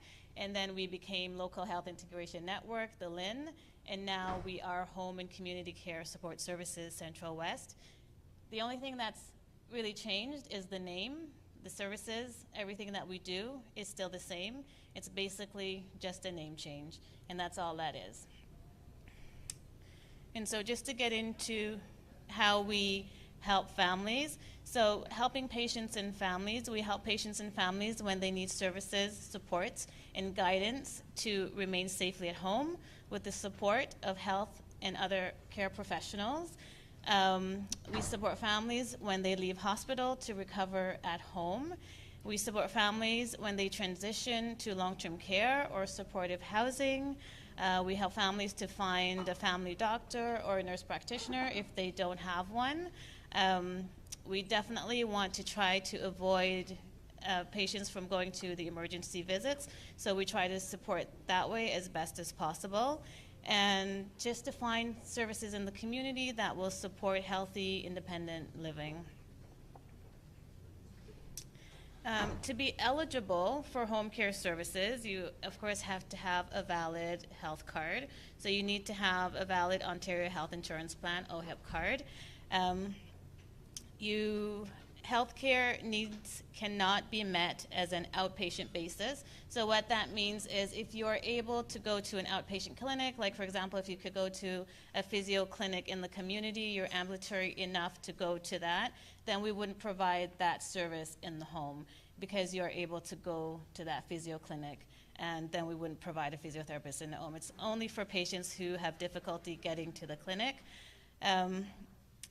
To be eligible for service, a need for at least one professional or personal support service. You also need to have a medical condition that can be treated at home. So if you have something complex that it needs to be treated in the hospital, then of course home care wouldn't be suitable for you. But there's a lot of services that we are treating in the home, IVs, wound care, lots of services that we provide in the home. So when you are connected to home and community care support services, you will most likely be connected to a care coordinator. And care coordinators, like myself, are regulated healthcare professionals. So a care coordinator that comes into your home to does the assessment could be a nurse. I'm a registered nurse by background. You could be a physiotherapist, an occupational therapist, or social worker that comes into your home. So the care coordinators are well educated and well trained, and we have additional knowledge about health systems navigation, so we can help you navigate the healthcare system in that assessment and in that with your care coordinator. So a care coordinator will assess your needs and create a specialized care plan. So all the care plans are unique and individual. So the person sitting beside you might have one care plan, and then somebody else, will definitely have another. It's individualized based on your care needs. A care coordinator will collaborate with a variety of other professionals to deliver the care you need in your home. So we collaborate with doctors, the service providers, community partners. We collaborate with many individuals just to make sure that your care is optimized and you get the best care that we can provide. And of course, another part of our care coordination is continued reassessment. So, things change, we reassess, often. We're supposed to be going out to do an annual or biannual reassessment, and of course, if things change, we come out, you call your care coordinator, this is happening with my loved one, this is happening with myself, and then we come out and we do that regular routine reassessment. We connect you with other services in your community to help you live healthy and safely and independent. So we have exercise classes in the community, things like that we can connect you with. So some of our in-home services include nursing services. So we have nurses to provide wound care, IVs, education, teaching about diabetes and so on. We have our physiotherapists that will come in to do exercise regimen. They'll assess your mobility, order equipment if that's what's needed. We have occupational therapists. Our occupational therapists mainly do home safety and assess for equipment needs. They can also do capacity assessments. We have our speech-language pathologist. Our speech-language pathologists are mostly for swallowing assessments. So for individual who might have had a stroke and we are concerned about them choking while they're eating, we can have a speech pathologist come out to do that swallowing assessment.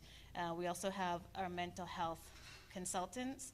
Our mental health consultants, we partner with CMHA Peel, and we have a individual from CMHA Peel come in. Thank you. We have an individual from CMHA Peel come in to do that assessment, that mental health assessment, and they will link to services that are appropriate in the community. We have social work, we have nutrition counseling, we have personal support workers that come in to help with personal care if you're eligible for service, and we also have a pharmacy consultation supports. Some community-based programs, we have adult day programs. Individuals from Alzheimer's Day Program was here, the Alzheimer's Society was here, so we from Home and Community Care would do the referral to the Alzheimer's Day Program. We have assisted living programs, which is we partner with assisted living homes in the community, and they can provide some support as well. We have supportive housing, retirement homes, and long-term care. We do referrals for long-term care placement. We also have short-stay respite. Right now, since COVID, our short-stay respites have been on hold, but things are opening up now, so hopefully those two will open up soon. And basically, the difference between short-stay respite and long-term care, with short-stay respite, if you're caring for a loved one and say you need a break, you need to go away on vacation maybe for 2 weeks, 3 weeks, we have short stay respite where the individual could go into a long-term care facility for short term while you're away, or while you just stay at home and just have a break. We have that short stay respite. Long-term care is more of a long-term situation where we do the assessment and the individual goes into a long-term care facility of your choice. So those are the differences between short stay respite and long-term care. We also have exercise and falls prevention classes. We have some specialized programs like rapid response nurse. A rapid response nurse, if you're in the hospital and you come out, if you are considered at-risk patient for going back into the community, we'll have a rapid response nurse connect with you within 24 to 48 hours to make sure that you're doing well after the hospital discharge. Your follow-up appointments are scheduled and so on. So we have that rapid response nurse for individuals that are considered to be high risk. We have palliative care in the community. We have what we call hospital to home, which is another nursing service that comes into the home. We have the Behavioral Support Ontario. Behavioral support we usually use for individuals who are starting to have behavioral issues at home. For example, if you have someone with Alzheimer's and they're starting to, exit seek, they're starting to maybe urinate in the, inappropriate places or something like that, we have behavioral support nurses that could come out to assess the situation and give some recommendations as to how to manage that individual so that, they're more manageable for that person to care for. We also have, as I mentioned before, mental health and addictions, and we do have children and youth support services.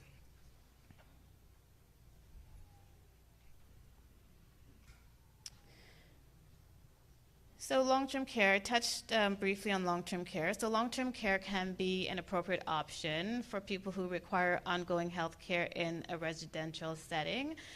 What happens with the long-term care, a care coordinator will help to determine if this is an option for you.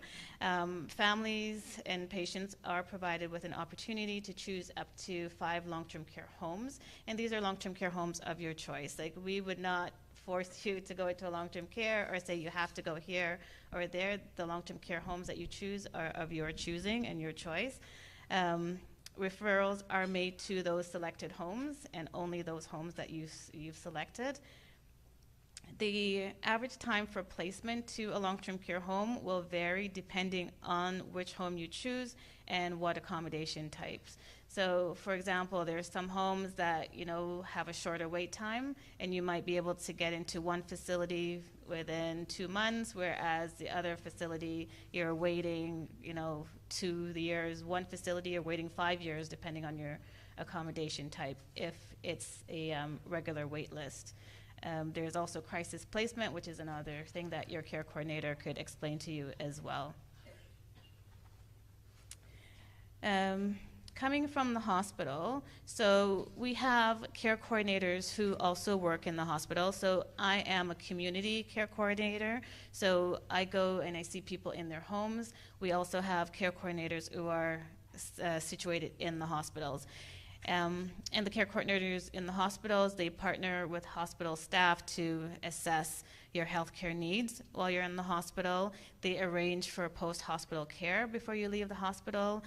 So they'll assess for what home care service you'll need once you leave the hospital. So it could be physiotherapy that you'll need, occupational therapist, nursing, personal care support, whatever services you need coming from the hospital. We try to make sure that it's a smooth transition from hospital to home. And so our care coordinators in the hospital work with the staff to transition you back to home. And of course, in the hospital, they'll answer all the questions that you have about home care and transitions and other options. And I did mention to you the rapid response nurses. So the rapid response nurses, again, they provide in-home care within 24 hours post-discharge from hospital. They help high-risk patients avoid hospital readmissions and ensure appropriate follow-up to appointments and so on. Care coordinators, we also partner with primary care or your family physicians.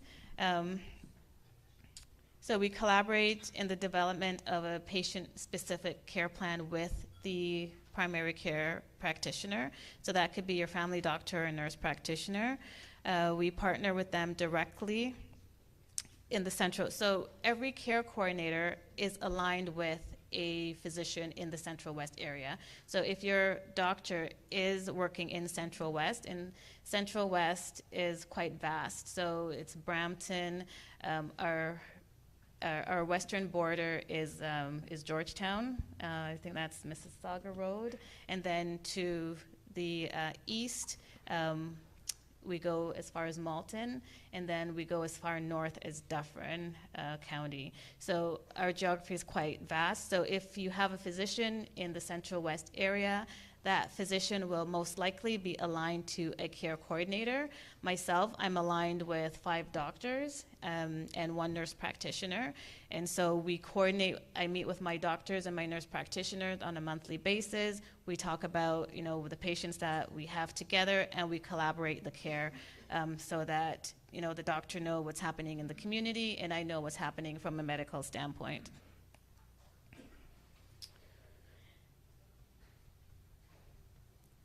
Okay, and so we also do palliative care in the community. So it's palliative and end-of-life care. So the palliative care team looks to help identify patients with palliative care needs, and we try to identify the palliative care early in the stage of the illness. So palliative care coordinators help manage patient care by helping with the difficult conversation. As we talked about earlier, it's sometimes difficult to have that conversation about death and dying, and so our palliative care coordinators will help to facilitate that conversation and to help systems navigate as to what happens next and so on. Our palliative care coordinator also continuously assess and reassess the patient care needs and how they respond to the changes. So we have our nurses that go in, we'll have an occupational therapist depending on what the needs are. Our palliative care coordinator will help to facilitate. A part of the palliative care is, of course, help to manage pain and symptoms management and so on. Finding a doctor. So we also have Healthcare Connects, and we will help to find patients who do not have a family doctor. We also help them to find family physicians in the community. And so there is a number, 1-800 number, it might be in one of the brochures at the front. There's a 1-800 number that you can call. I will recite it now if you want to write down the 1-800 number that you could call to find a physician.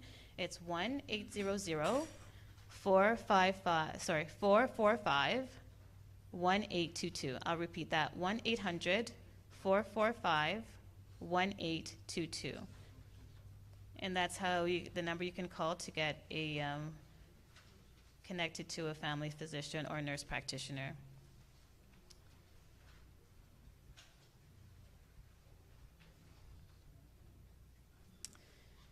Yeah, and so as care coordinators, home and community care support services, we are here to help you. Anyone can make the referral. You can make the referral on behalf of yourself. You can make a referral on behalf of a family member. Your neighbor can even make a referral. Of course, your family doctor can make a referral on your behalf. What happens usually if someone else is making a referral on your behalf, we do want to have consent from you. So we would call you to get that consent to say, you know, so-and-so is saying that you need support, and then, you know, we could speak to that individual on your behalf.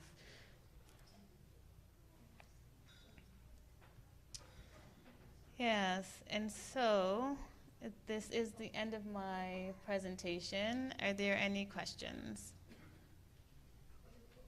Could you please repeat that phone number again, please? Yes, let me just go back.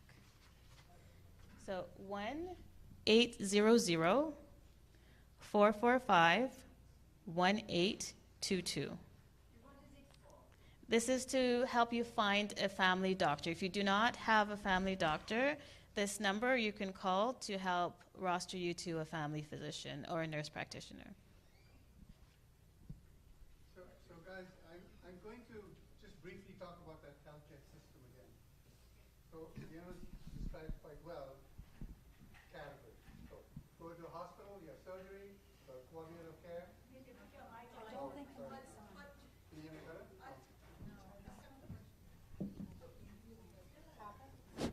Yeah, got it. So the healthcare system. So you go into a hospital, you have surgery, there's a coordinator of care, works out the plan for you, how many hours nursing, physiotherapy, whatever. That's done through Leona.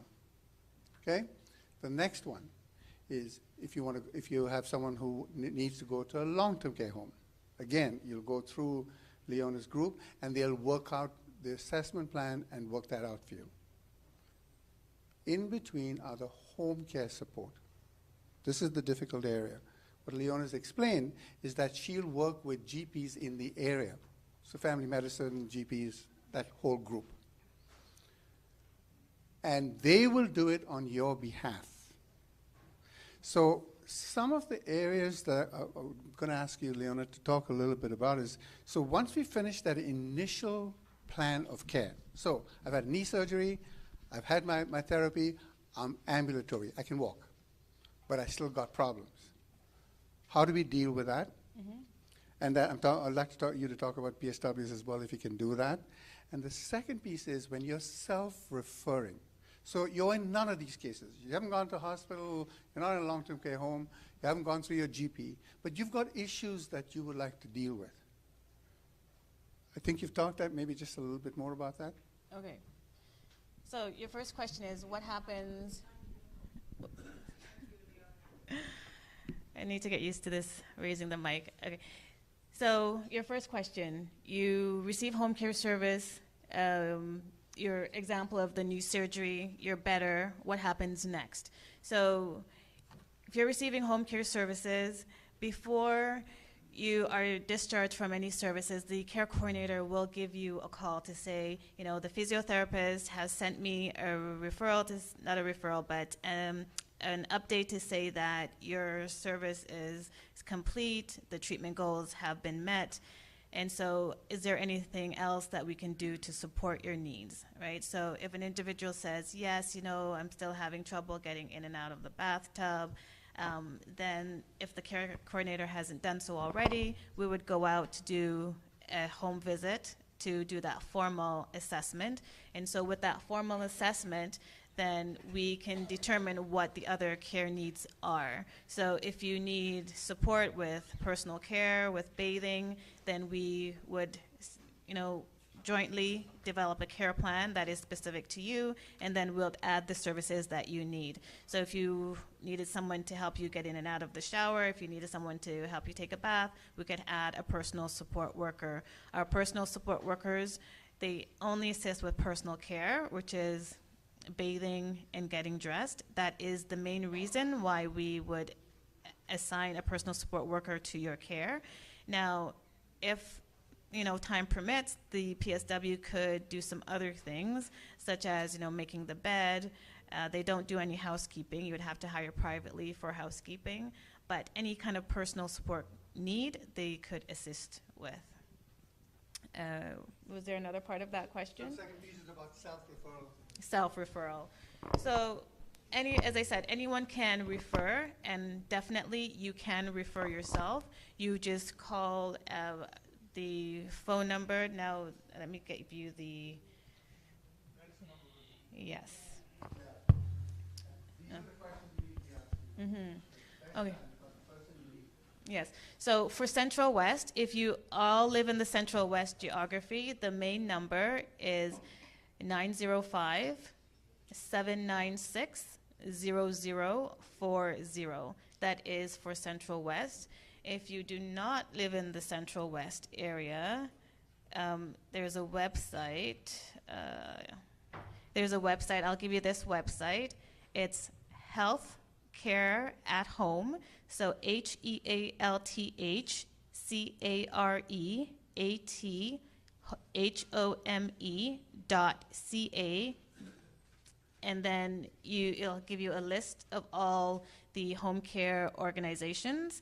And then if you don't know which home care organization you belong to, then there's a little spot where you can put your postal code, and by putting your postal code, it will generate which home care office you should be calling. Okay, so if you have family or friends that are not in Central West, say you have somebody that lives in Mississauga and they belong under Mississauga-Halton, you can direct them to that site to say, this is where you go, you put in your postal code, and then you could find out which home care organization you should be calling for service. Yes.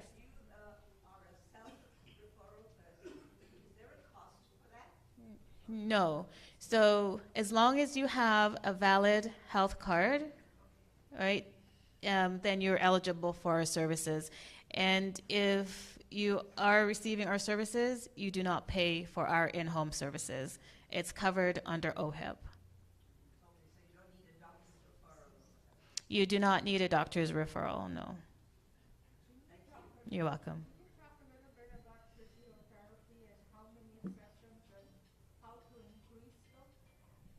Yeah, so physiotherapy is one of the services that we do provide. Physiotherapy we provide for patients who are not able to get out to a physio clinic. If you are such a person who has, say, decreased mobility, whatever it is that inhibits you from getting to that clinic, we would provide a physiotherapist. So physiotherapist has 2 initial visits to come out to do that formal assessment. And within those 2 visits, they will determine with yourself what the goals are, and depending on what the goals are, they will, formulate how many hours of care, how many visits will be needed for that to achieve that goal. And so once those number of visits are achieved, then there's that assessment that's done to see, okay, have we achieved our goal, yes or no? If there is room to progress, whatever those goals are, usually it's, to progress mobility. If there's need to add some additional visits, then we would. It doesn't go on and on forever. The main goal is to teach an individual how to do the exercises or whatever the plan is.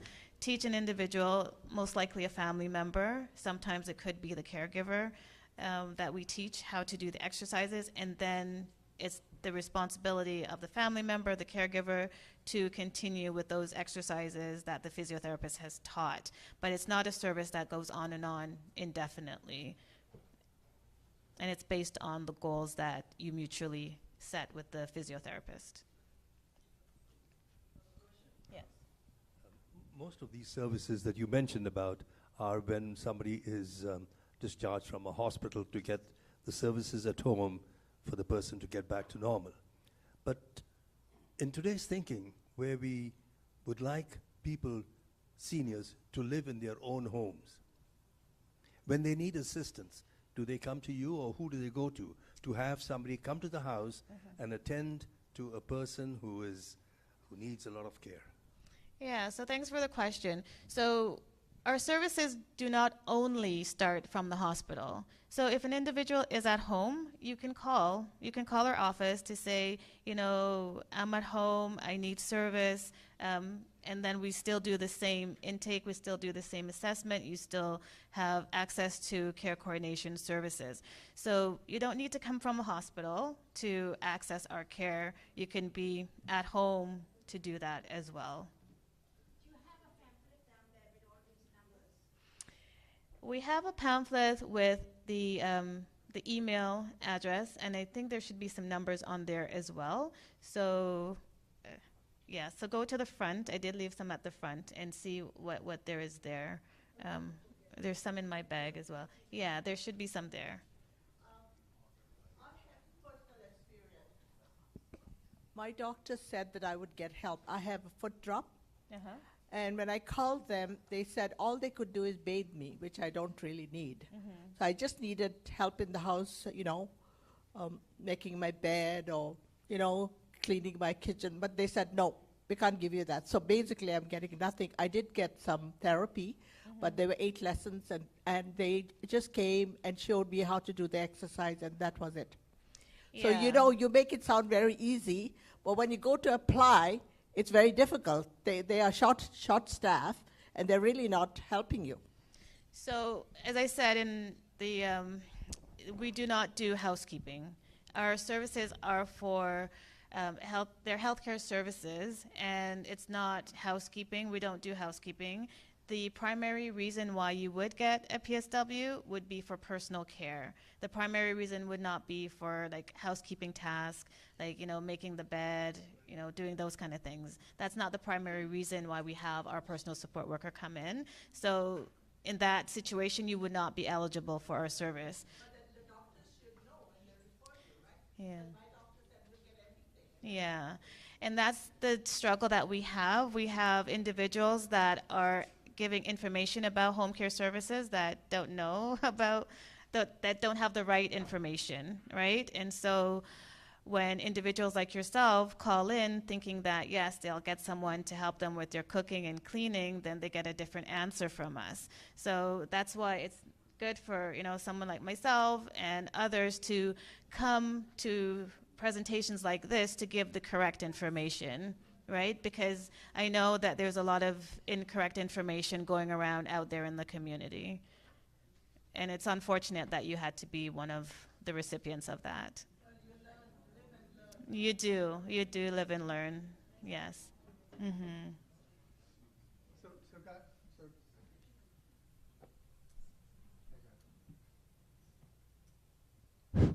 So the real issue here is if it's a medical care service, it's funded by OHIP. If it's personal, cleaning, cooking, that's personal. You need to pay for that. That's the basic distinction. Now, if the best thing you can do is explain it, either to your GP or to Leona's group. I'm going to ask this question. Dr. Pinto is going to be here a bit later, and we were discussing this whole area of how do you access the home care, because that's our biggest issue right now, I think, right? My sense is the GP does a better job explaining the condition to your coordinator, rather than the self-referrers and someone saying, oh, you know, I've got a pain. Okay, you need more than that. So a GP is sometimes better. Not necessary, but better. What do you think? So each care coordinator is aligned with a family physician. So what that family physician should be doing is going to his care coordinator that he's aligned with, he or she is aligned with, and ask those questions, right? As I said, I'm aligned with doctors and I'm aligned with one nurse practitioner, and we meet on a regular basis to talk about stuff. My doctor and my nurse practitioner don't tell the patients about what home care provides. He or she will direct them to me to say, Leona, what can we provide this? Can we provide that? So they don't speak on the home care services. They will let me speak on that. Was that your question? Good. That's good. Okay. I'd like to go for questions with the group. I have a few more lead-in questions for Leona, but I'd rather hear from you first. Does anybody else have any other questions? Okay, a couple more. Yes. So I need a service through Alzheimer's Peel, okay, who talked earlier about it, and they have a first-line program, so you need to call them. And this is about dementia and mental health and all those kinds of things, okay? I need to go through you, or do I go to them directly? Yeah, you can go through the Alzheimer's Society directly. What we do coordinate with the Alzheimer's Society, we have day programs, and so we do the referrals for the Alzheimer's Day program, so we can do that. We also, at Home and Community Care Support Services, we have information and referral program as well, where you can call in and ask for information.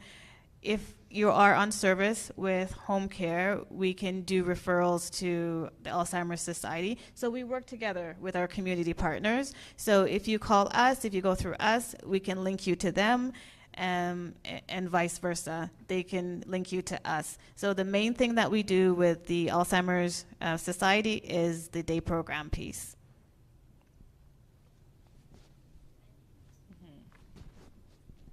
So what do you guys feel? Have you got all the questions answered that you wanted? Yeah. Leona Wharton. All right, thank you. So now we've covered access again, and we'll do one more with Dr. Pinto when he comes.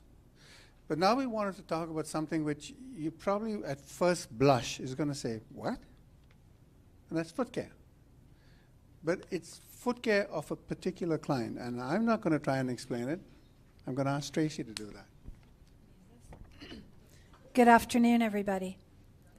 So, first thing I want to say to you is if I seem a little bit short of breath when I'm talking, I was out in my yard trimming trees and cleaning up still some storm damage yesterday, and I've pulled a muscle in my chest rather badly, so I am not sick, okay? I know that's still an issue for some people. I am not sick, okay? I didn't want to miss out on the chance to be here with you today.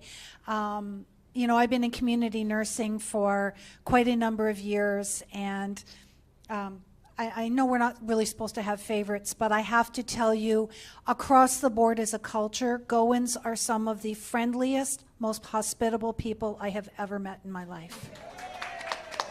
And I was so honored when Stephen and Owen asked me to be here today, and I didn't want to miss it. So.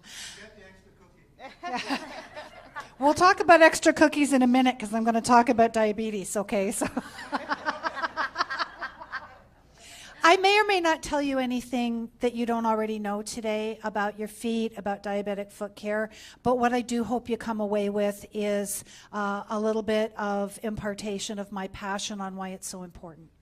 Because I do have a real passion for what I do and educating people. You will hear me say this probably multiple times in the next few minutes. An ounce of prevention is worth a pound of cure.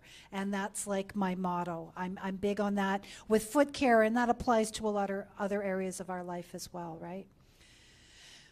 So I've been in community nursing for quite a number of years, and I was working for one of the service providers hired by the LHIN. I would focus a lot on wound care and other things, and I would be in homes and I would be getting asked over and over again. I would be seeing people who couldn't take care of their own feet and were not able to physically get out of the house to go to someone to get help. And as a nurse, you're not allowed to do that. It's very much a specialty, and you have to have special training.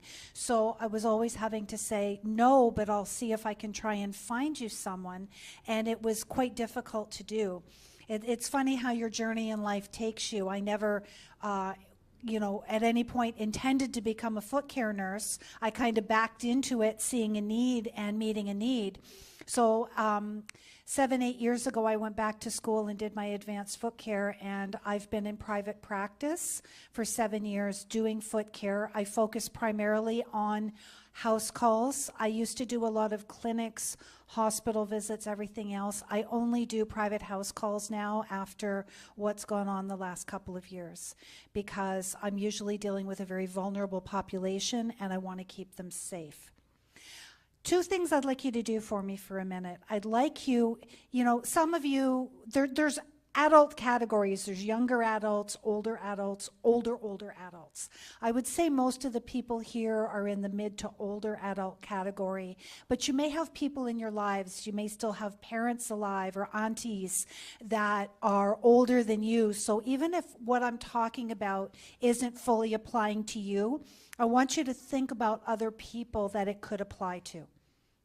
Okay? And I'm going to get you to do one more thing for me, if you don't mind, and if you're able. If you're not physically able, don't. I'd like you to just stand up and stretch for me for 1 minute. And stomp your feet just a little bit, if you can.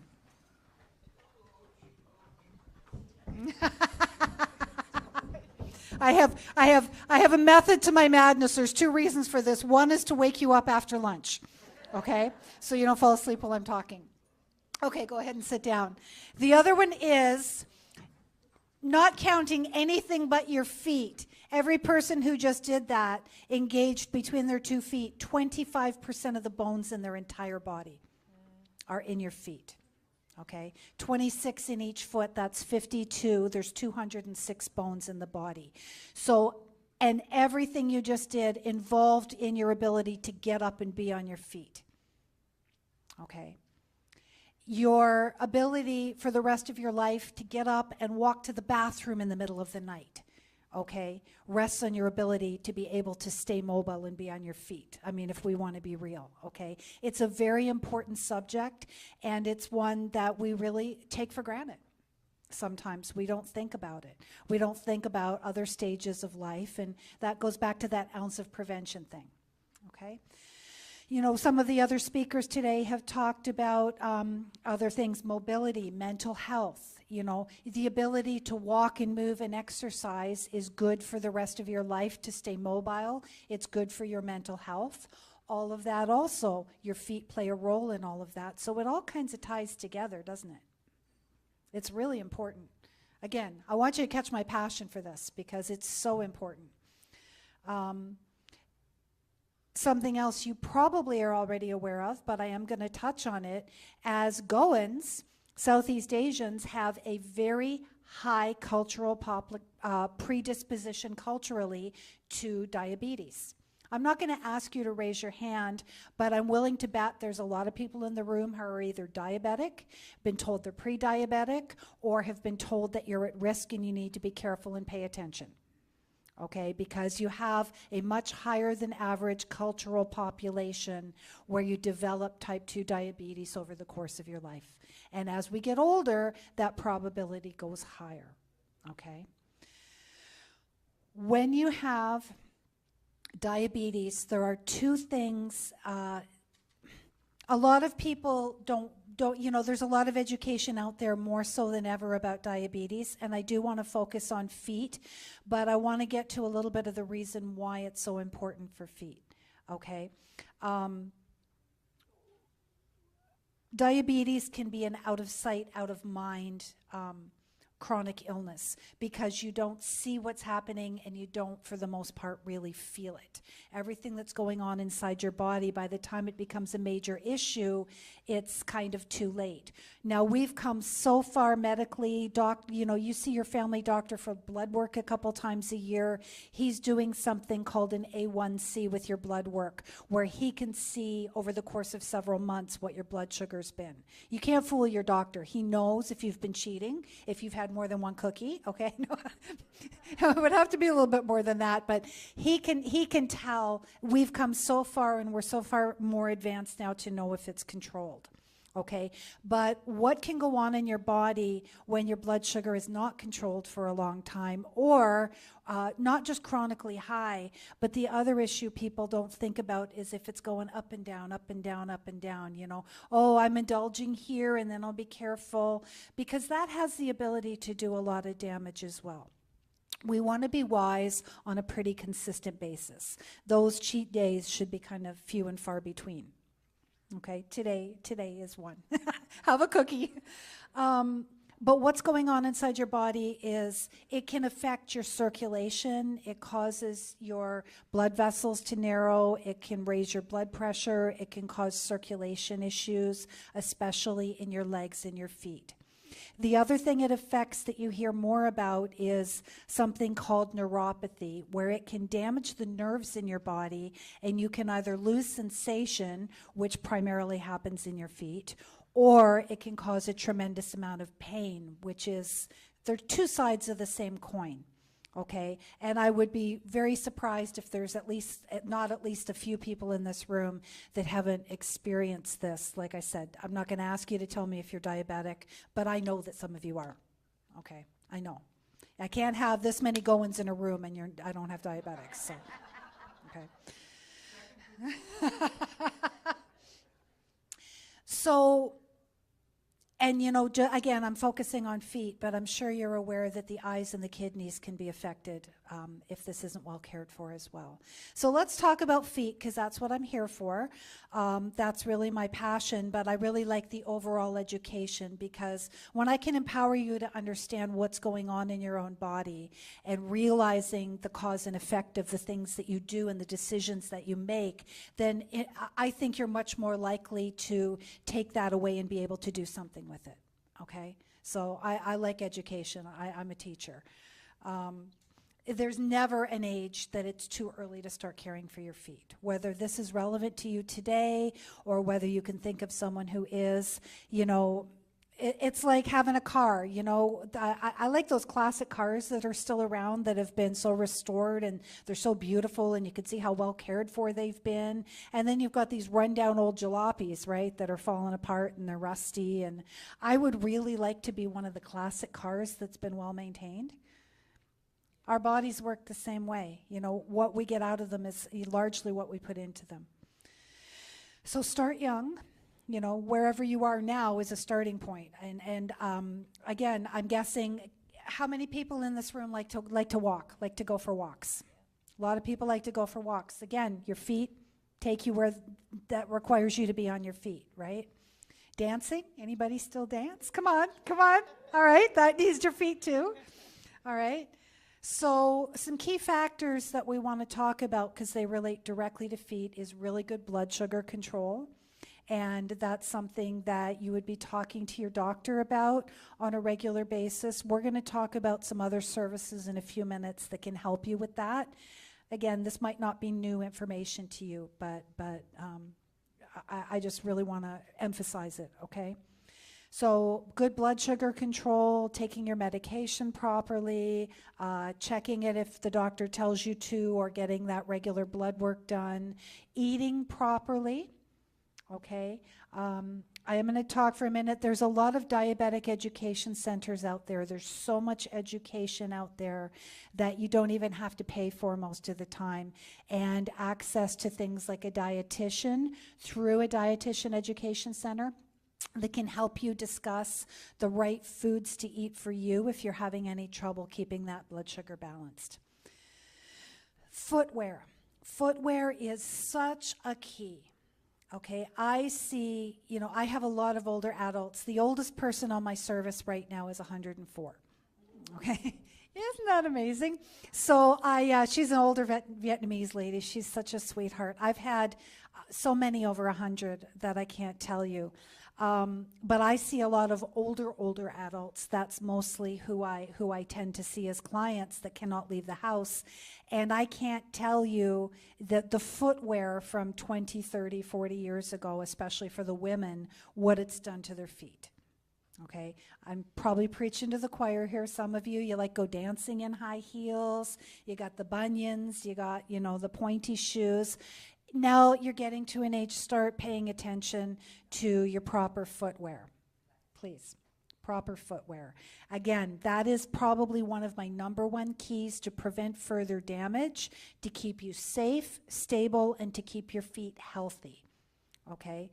You're looking for, let me take mine off and show you for a minute. Okay? Okay, I just want to show you this for a minute. This part of the shoe is called the toe box. And what you want, if you have any issues like bunions or anything or a wider foot, you want to make sure you have a proper foot. If you've got toes that go like this, they're called hammer or claw toes. You want to make sure that they're not rubbing on the inside of your shoes. You might have to get a special shoe higher. You can get custom orthotics if you have problems with pain in your feet or where you need extra cushioning or support, high arches, low arches. I highly recommend shoes with a heel because a heel anchors your foot in. When you walk, your whole foot's not flopping around. Because when your whole foot's flopping around, you're walking on this part of your foot and you're walking in a way that your foot wasn't designed to walk. So footwear, footwear, footwear, and that's something you can, there are specialty stores, there are podorthists and chiropodists and people who specialize in orthotics that can help you with that. They can be very expensive. They can range from something you can buy a Dr. Scholl insert at the pharmacy all the way up to hundreds of dollars worth of orthotics. There is a big range out there. So sometimes something is better than nothing. Okay, but if you have major issues, don't ignore them. And that really brings me to my next point. Don't ignore issues with your feet. Don't ignore pain. Don't ignore calluses, blisters, or swelling. Okay, early intervention if there's a problem is a key. Also, if you tend to have any kind of circulation issues from swelling or from the diabetes, if you get calluses or blisters or sores on your feet, they can take a long time to heal and become a much bigger problem. So again, our goal is to prevent them from happening in the first place. One good thing to recommend, if the doctor's ever told you you have any sensation loss, or if you do have diabetes, or you know you have issues with your feet, get one of those handheld mirrors at the dollar store if you don't already have one at home. Every night when you're going to bed, just use that mirror to take a look at the bottom of your feet. Make sure you're not developing a callus. Make sure you didn't step on something during the day. That sensation loss for people who have really severe diabetic problems can actually go to where they can't feel anything at all. That's another reason why, as a diabetic, you're encouraged not to walk barefoot. Okay, I know people will probably do it anyway, so you do what you need to do. It is not recommended that you soak your feet. If you are insisting to do it, watch the temperature that you don't accidentally burn yourself. The temperature, because you might not feel it with your feet. If you have any sensation loss and you stick your feet in a pan of hot water, I have seen people burn themselves, okay? So again, I'm all about prevention. If you have any of these circulation or sensation issues, if you have difficult nails, or you know someone who does, some people get very thick nails, they can have complications with the diabetes and sometimes just in general, or other issues like fungus. I would encourage you to get a medical professional to do your feet. Medical professionals as opposed to a spa, and I'm speaking probably mostly to the ladies here, is somebody like me understands more the cause and effect and the potential complications and what's going on with you than going to a spa does. So I understand, I provide a lot of education and assessment and looking at things while I'm doing care. There's lots of us out there who do this.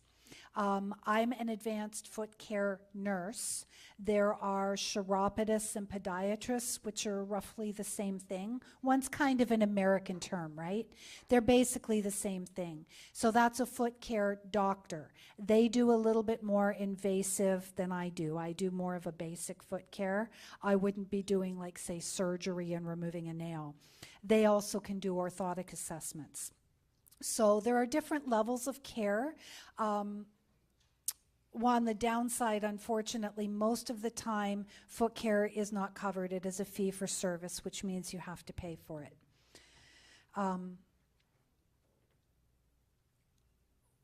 Also, as far as getting a professional, just something to mention, if you're on any kind of blood thinners, it's also not a good idea to do them yourself, okay? Especially if you start to get older and your legs don't bend the way they used to and you can't reach your feet quite as well as you used to. I'll talk to the guys here for a minute. I've had so many wives call me and say, you have to come and see my husband. He insists he can do it himself.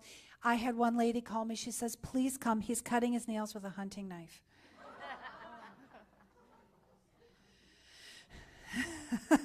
Okay, so you can't fool your wives either, okay? So know when to get professional help. There are no referrals needed for that. Leona didn't mention it, but all of the community and care services website has a website called the Healthline, and they have tabs for each area in Ontario, and within those tabs they have all kinds of service providers listed for different kinds of services, and foot care is one of them. So you can always, that is a great resource for you to be able to go in and look up any kind of home care services. Cleaning and stuff, I imagine, would probably be on there too. There's all kinds of stuff on the Healthline website. It's worth going to explore. If you're not a computer person, just get a young person in your life to do it for you. They'll bring it up in a heartbeat, right? No problem. And one last thing I just want to mention is that there's a whole team behind you that helps you out with this diabetes, okay? Your medical doctor, services through the community access that Leona was talking about, your diabetic education center, dietitian. If you've never spoken to one, I highly recommend it. They are amazing. They have such amazing programs. You know, when this started out a few years ago, it was a one-size-fits-all. Here's the Canada Food Guide. Here's what you need to know as a diabetic. But now I have seen over the years, and I love this, they will customize what works for you culturally. They will look at what kind of foods are you going to eat, because it makes no sense to give you a meal plan with foods that mean nothing to you.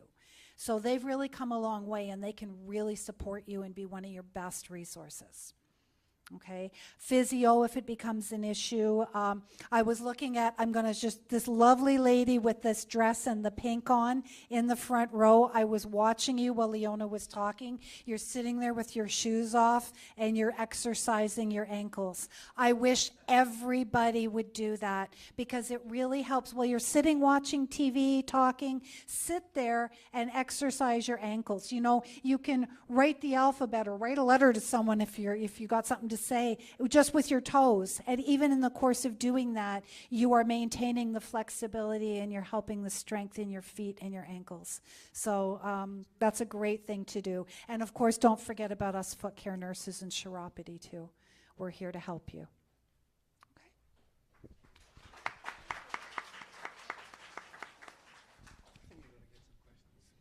How about some questions?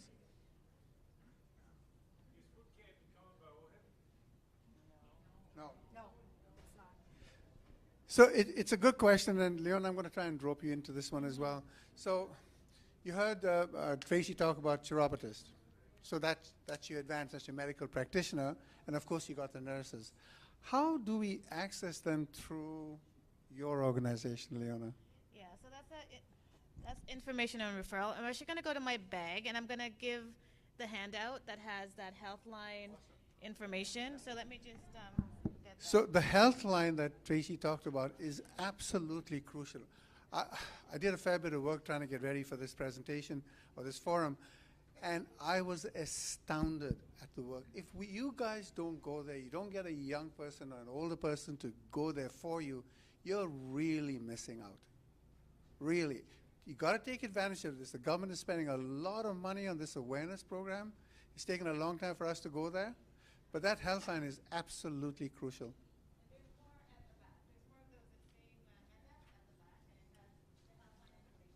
Christine, you have some as well? Christina? Oh, okay. Can I say one thing too? Yeah. One thing I forgot to mention to you as well, as far as resources to help you, the website for the Canadian Diabetes Association has lots of great teaching and resources. I brought this one today. It's called A Patient Checklist, Do's and Don'ts for Diabetes and Foot Care. And I believe Stephen was kind enough to print a few of these off for me. So you can see him if you're interested in picking one up to take it home, read it, put it on your fridge. Sometimes it's good to have a visual reminder, okay? It's in their bag? Okay, I'm sorry, it's in your bag. You already have it. There you go. And if it's not relevant to you, would you please pass it on to someone that could use it?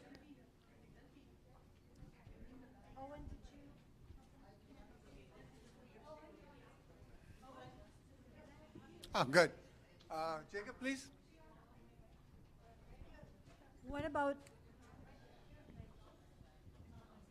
What about ingrown toenails? Would that be something you would cover? I do help take care of ingrown toenails, yes. And I don't just see diabetics. Anybody can get foot care. There are no limitations on that. Most of my population is older adults. It's their adult children who call me that need the help. A lot of you here, I'm guessing, are still pretty mobile for yourselves. But yes, things like that, and especially if you're a diabetic, you should have a professional take a look at it. So thank you for the question.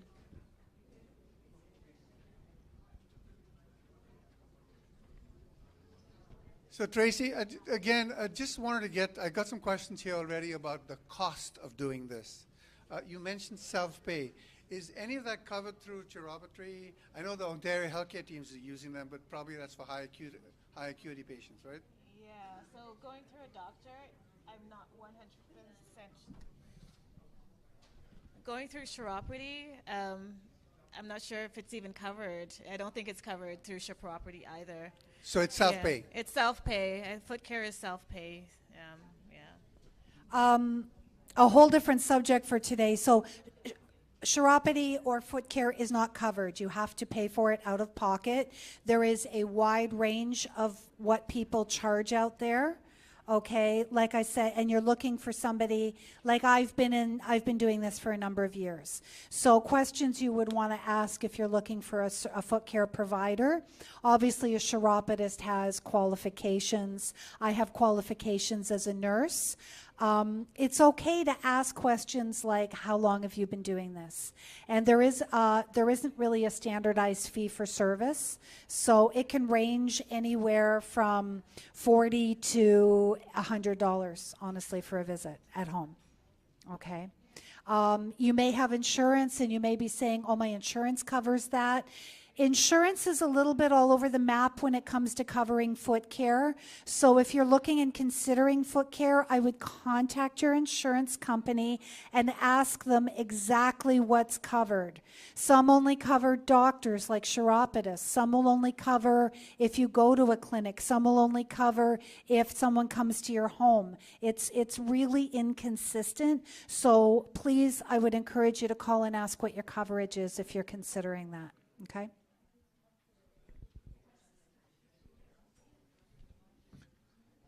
Do we have any other questions?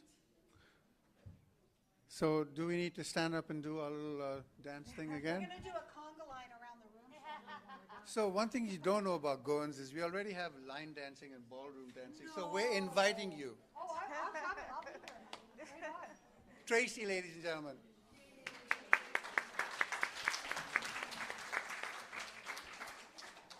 So please forgive us as we try and rearrange the agenda for today. We've got two more speakers coming in. I'm waiting for Dr. Pinto. He's closing a clinic and he's promised to be here. But perhaps I can ask Patricia from the Edgar De Souza group to come in and talk. So when we discussed an agenda for this forum, we thought, okay, we need to pick some access, number one. So that's Leona. You'll hear from Dr. Pinto. How do we get these services? We talked also about hot areas, mental health, addictions, dementia. You've heard from Fiona about how you try and plan ahead and the gift you can give your kids. But now we can have Patricia talk to you about how you can kind of cover up some of these financial risks. Patricia?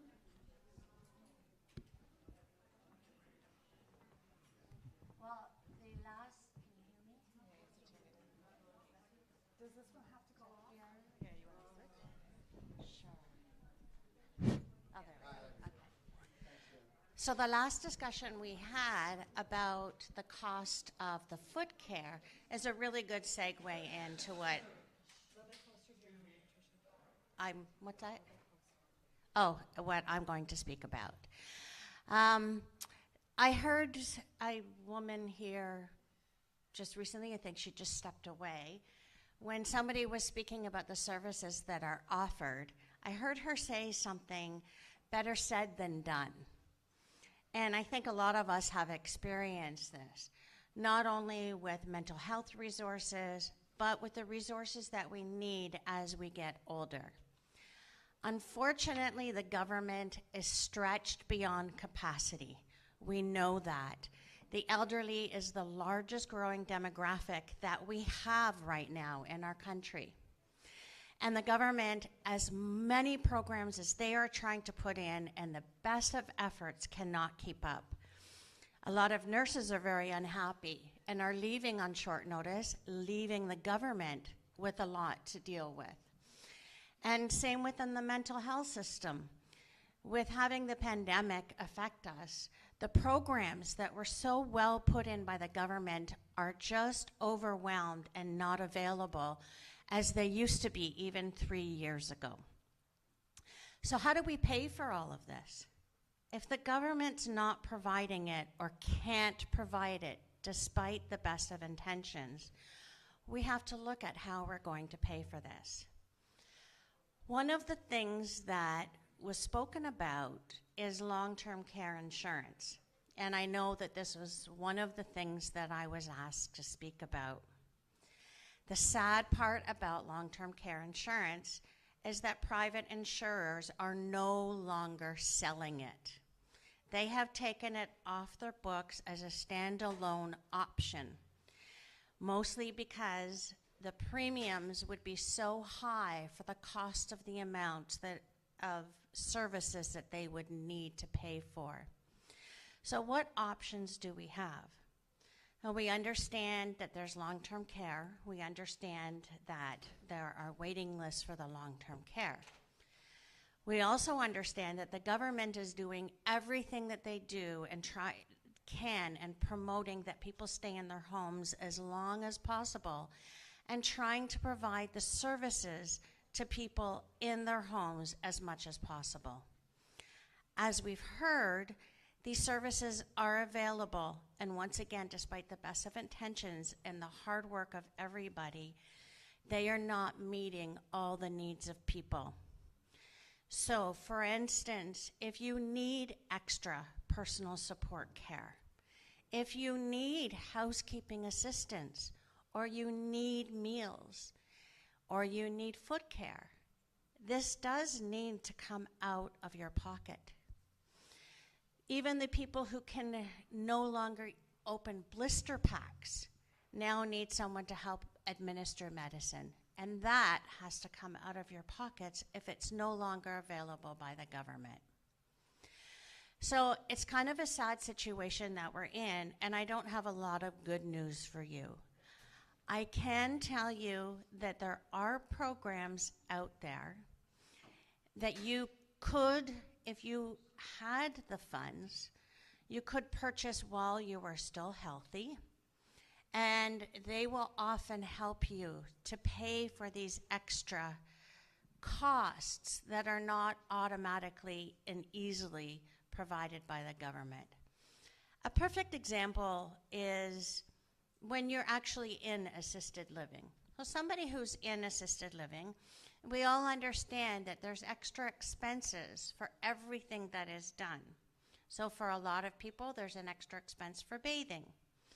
And I had somebody call me recently and explain the situation to me, that there was one more medication that was required for her aunt in the assisted living program. And all of a sudden, that went from being free, covered from the assisted living program, to the fact that they now have to come up with $5 every time they administer the pill, which is once a day. That's $35 a week. We're looking at a lot of extra money that people are having to come up with.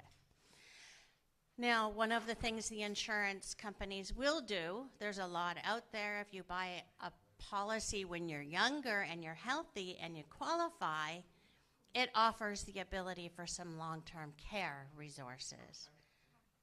Hi. Is this Dr. Pinto? Yes. Nice to meet you. Sorry I'm late, but what's new? Doctors Always. Okay. And that's why they call them patients, right? Oh, the patients.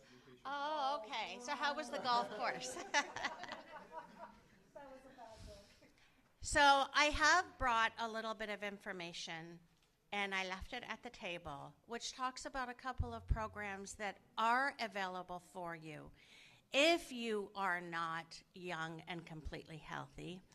Products that are easier to qualify for, on which you pay premiums, on which the premiums in and of themselves are tax deductible as a medical expense. So that is the lowdown on long-term care insurance. I wish it was better news for everybody. And hopefully, with the government really looking at this, and it was addressed in the last election, that this is something that we have to seriously consider where we're going to put our resources. I hope for a better future for us in that realm. The other thing that I was asked to speak about was reverse mortgages. So I noticed a lot of interest when people were coming in. And I don't know a lot about reverse mortgages. It's not something that we deal with in our office. We would refer you out to somebody. And the reverse mortgage has some pluses and minuses, and so I'd like to go through that with you just a little bit more in detail as to how a reverse mortgage works theoretically.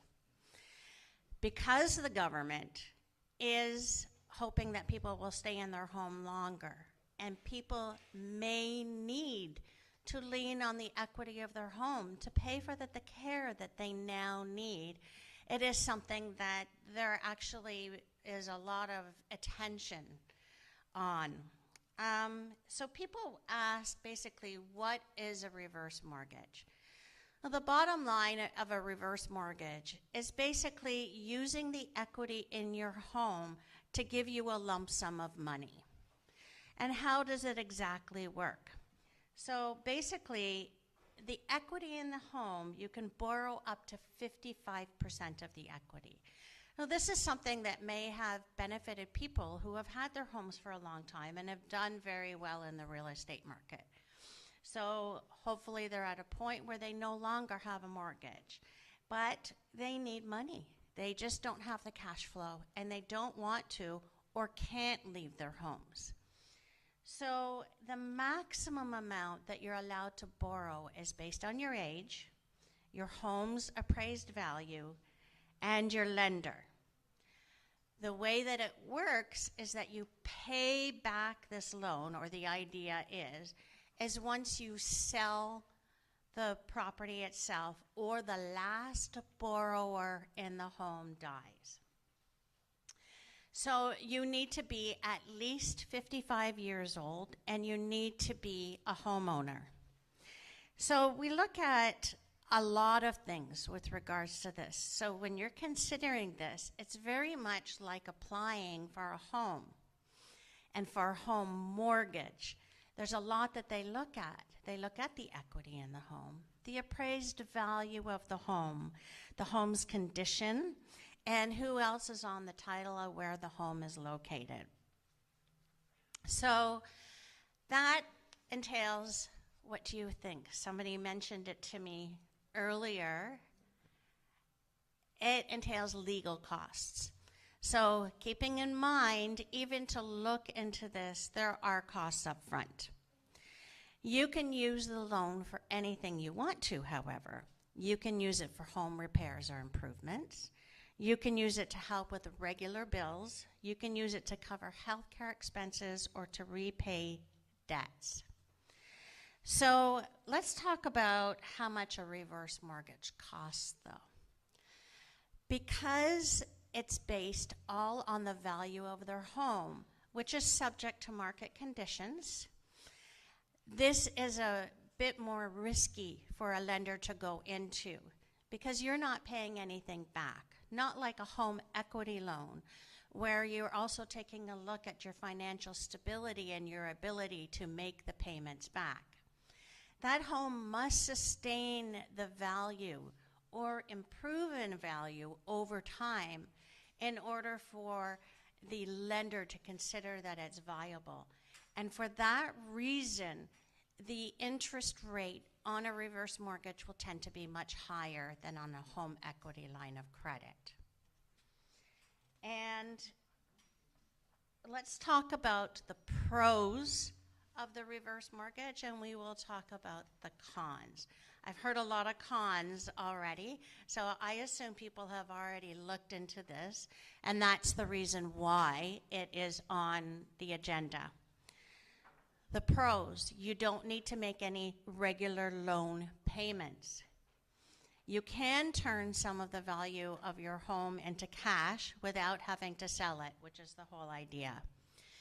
You don't pay tax on the money you borrow, so that's definitely a positive.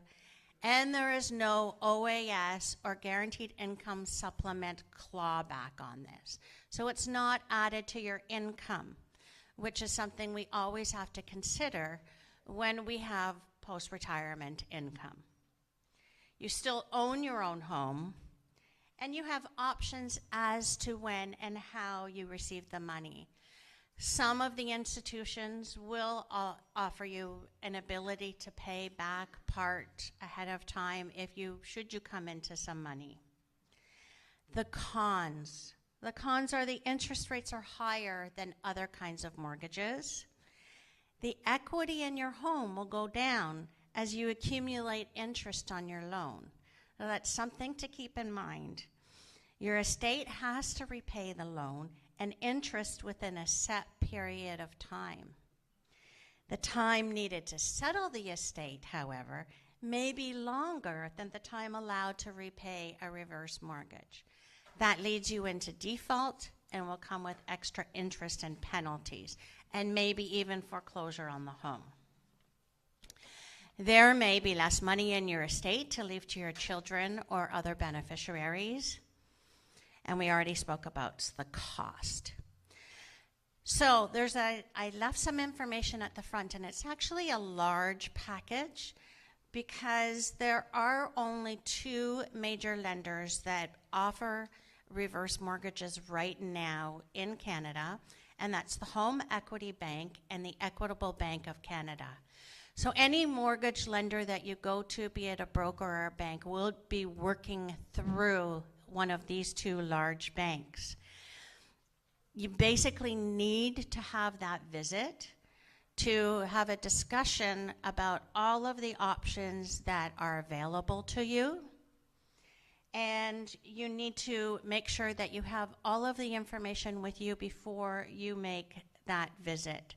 And they will help you to arrange the appraisal, the legal fees, and so on and so forth. So that brings me to the end of everything that I was asked to discuss on behalf of Mr. Edgar De Souza, who, by the way, is in Aruba celebrating his 35th wedding anniversary with his wife. Does anybody have any questions? Wonderful. It's not a question. It's more of a comment. Wonderful. You say there aren't funds with the government, and I agree. What I'm suggesting is that, or what Mississauga Seniors Council has been suggesting, and which the NDP have adopted in their platform, but they didn't form the government, is that to allow seniors to live in their homes and defer the payment of their property taxes. Just the property taxes. That to be recovered when the home is sold. This will And is not that cost. interest-free? Why not? Why not? I say That sounds because- like a great idea. All right, have a nominal interest, 3% or bank of interest plus one, whatever, have it that way. And the money's safe. When the house is sold, you get the government will get the money back. Get the province to get the money from, get the city to get the money from the province, and it's only like a loan. Right. So the extra money that they will not have to pay out in property taxes, seniors will be able to afford the extra cost for medications or this, that, and the other. That's a really good point, and it also is a depends on the it is a value very of your viable home. option. That is a great option. Yeah, definitely. Thank you for sharing. Ladies and gentlemen, Patricia.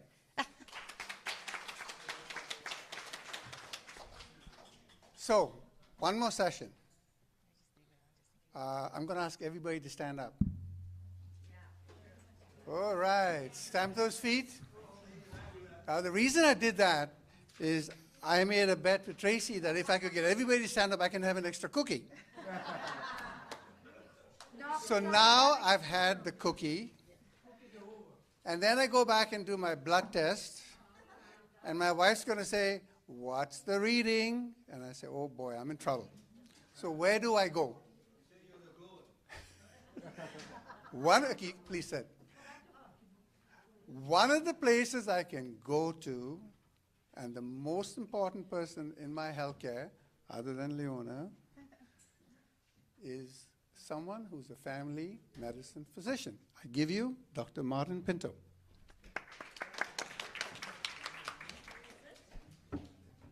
Oh. Hello, everyone. Is it on? Hello? Can you hear me? Good, good.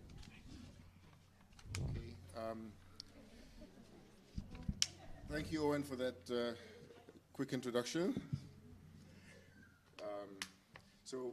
Owen and I have been playing phone tag, so we finally got to... Sorry, Owen and I have been playing phone tag, so we finally got to speak yesterday. So, told me a little bit about what he wanted me to talk about. So, I will get to talk about some of that, and I'll have him prompt me with a few questions. So I am Martin Pinto. Why am I here? I'm here because I'm part Goan. I assume that's why I was invited, okay? And I'm a physician, a family physician. So I just want to give some background, as to how I'm part Goan. My father was part Goan, and my grandfather was Goan, and he was a coffee trader in Masaka, and I don't know if you know, that's East Africa, Uganda, and there was a famous hotel there, Luna Hotel. So I don't know if you know the late Hector Luna. So he was in my town there before.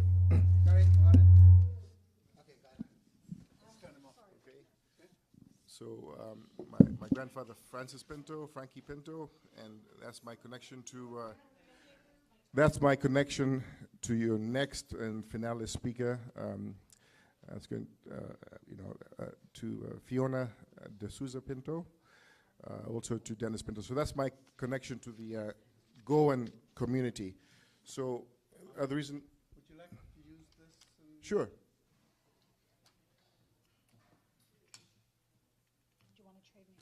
Sure, okay. Why don't you let me move? You're definitely getting a cookie for this one. And I'll hold you to that. Go ahead.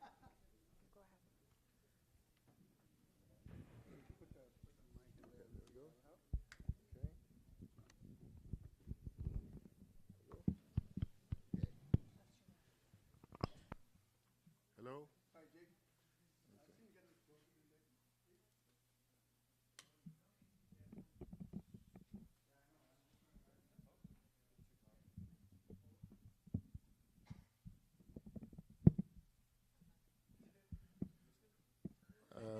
I guess so. So that's my connection to the Goan community and to you. The other reason why I'm here is a doctor. How am I a doctor? Because I went to medical school. So I went to Howard in the States, 1993 to 1997. I did my family medicine residency at the Mayo Clinic. So I'm a family physician. Why am I in Canada? Why not in the States? Because my father died in 2008. I went back to Uganda for a couple of years. My wife is Canadian, and she came here to take care of her ailing father. And when it was time for me to come back to the West, either I go back to America alone or come back and join my wife. So that's why I'm here in Canada, okay? So, so that's the background here, okay? So I just want to talk about some of my experiences as a family physician. So you get to get a sense of who your family doctors are. You know, we're people too. So of course, you know, COVID hit all of us. Okay, and you know, we were all fooled at the beginning that you know, it wasn't something that as serious. Even the CDC was saying that. So you know, I wasn't you know, expecting COVID to be as bad as it was, but it did. You know, for the last 2.5 years, we've seen what that has done. So, my fellow physicians, you know, older physicians started not showing up because they were scared. They were retiring. Some younger physicians who had older family members were not showing up. So, some of us were, you know, stuck there, and we were the front line. So I've been the main physician at my clinic for 2.5 years. So it's been quite a long, you know, a long time there. So because of COVID, we started virtual care. So that was my introduction to virtual care. So before that, seeing patients in clinics, and then seeing patients virtually. So that was quite a challenge as well. Reason we're seeing virtual, of course, is try to not get exposed to COVID, the disease. But you know, people are people, and people lie. You're seeing patients, and you know, they're screened to say that they don't have COVID, and while you're in the exam room and you know, listening to the lungs, you hear something funny, and you know, I have something in my lungs, and you send them for you know, testing, and lo and behold, they have COVID. So now you've been exposed, and you have to quarantine yourself. And then you really get into virtual medicine at home, seeing patients directly on virtual medicine. But I'm giving you the personal side of it. So now you're at home, and you have a 2-year-old, and you know, another one who's 6 months old. So you're on your virtual care, and the kids are banging on the doors, they're sticking their fingers under the doors, and you're shouting, you know, stop that, you know, go away. And the people on virtual care are wondering, you know, if you're speaking to them. So, yeah. So, you know, going back home after a day's work was nerve-wracking, because now you had to sidestep your beautiful children and wife. You're scared to expose them. You have to, you know, wash up, get rid of your clothes, put them in a hamper. Thank God all these things have gone. Yeah, you know. So finally back in the clinic in person, but still doing virtual care and telemedicine. So we're, you know, pretty busy. I have been redirecting virtual respiratory patients to virtual care, but now I have to start seeing them. So a little bit of post-traumatic stress it's a little bit hard for us to start looking in noses and throats. So, you know, I know you're patients and you're expecting, you know, the doctor to be the doctor, and you're supposed to do all these things, but doctors are people too with families, so you know, be patient with some of these examinations.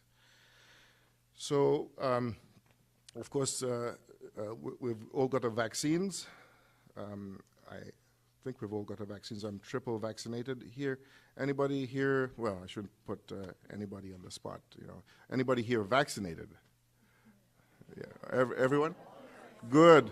You know, so you know, of course, we had to deal with you know, anti-vaxxers, so that was quite interesting. I strongly believe in vaccines, and for those of you who are from you know, Uganda or India or all those other places, realize that you know, you go back home, you see somebody begging with polio, or heard that the gardener died of tetanus, or a kid had severe diarrhea and died. All these are vaccine preventable things. So I'm very pro vaccine, and of course I recommend that to you. You know, I did not give any vaccines myself. The pharmacists were giving that, and they were really overwhelmed with patients. So there's no way that I could have been involved in that and see my patients and see the patients of the retired doctors and of the younger doctors that were not coming to clinic. And you know, kids haven't been in school. They have not been getting their shots, so they're all behind in shots. So I was just giving you a little background to who your family physician is. Okay, so you know that when you're going into the office, what they've been through. But of course, this is about you. So I'm gonna. That's my introduction, and then I'm gonna let Owen prompt me from there. Go ahead. Okay, so Martin, I want you to get to know Leonora, because thank you very much. Leonora, I'm a bureaucrat, was a bureaucrat just like you. You explain well how you get together with your family physician and then do that coordination. Martin works in Brampton, Central West, right? Mm-hmm. So there is not that connection. Because remember I talked to you about access, right? One of the things that Leonora talked about was she connects with the physician. Sorry, I need you to please go to that side. Thank you. So the key here was the physician is talking to home care, community support, and getting what they need. But we don't. It's not always working. So you know we got.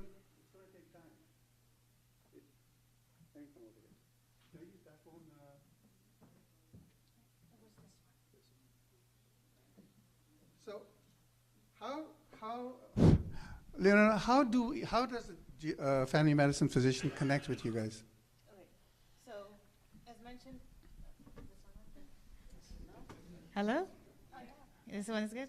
Okay, so as mentioned earlier in the presentation, each care coordinator, like it's not working? Each care coordinator, like myself, is connected to a family physician. So you should have a care coordinator that's connected to you personally. I can tell you who your care coordinator is. I'm going to look it up after. Wonderful. But yeah, you should have a care coordinator that you connect to. And I have my doctors that I connect to. And I meet with them once a month just to go over patient care and so on. I have 4 doctors and a nurse practitioner. So are you in the family health team? I'm not. No, sorry. I'm not in the family health team. I am a community care.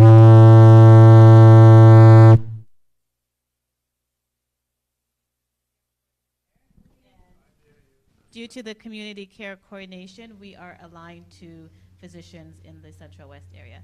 And I'm going to look up to see who you're. Yeah.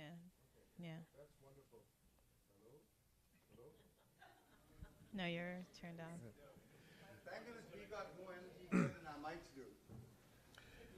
Yeah, so there are two main groups of physicians. There are family health groups and family health teams. I was, late coming into Canada. I found a group with Apple Tree. It's a family health care group. We don't really have a team around us. Now, the best kind of doctor that you should get would be a family health team doctor who has nurses and social workers and physiotherapists,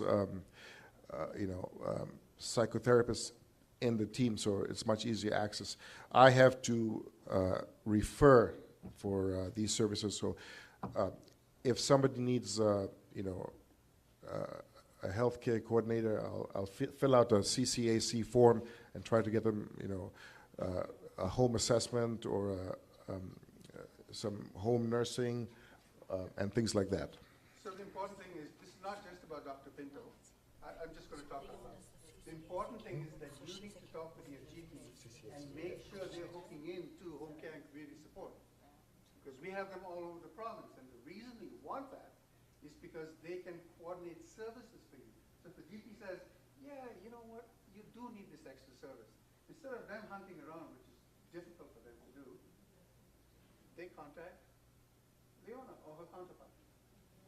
You have a business card? Okay, so second thing is, Martin. Yeah. You and I were talking about your prevention model. Yes. Could you explain that?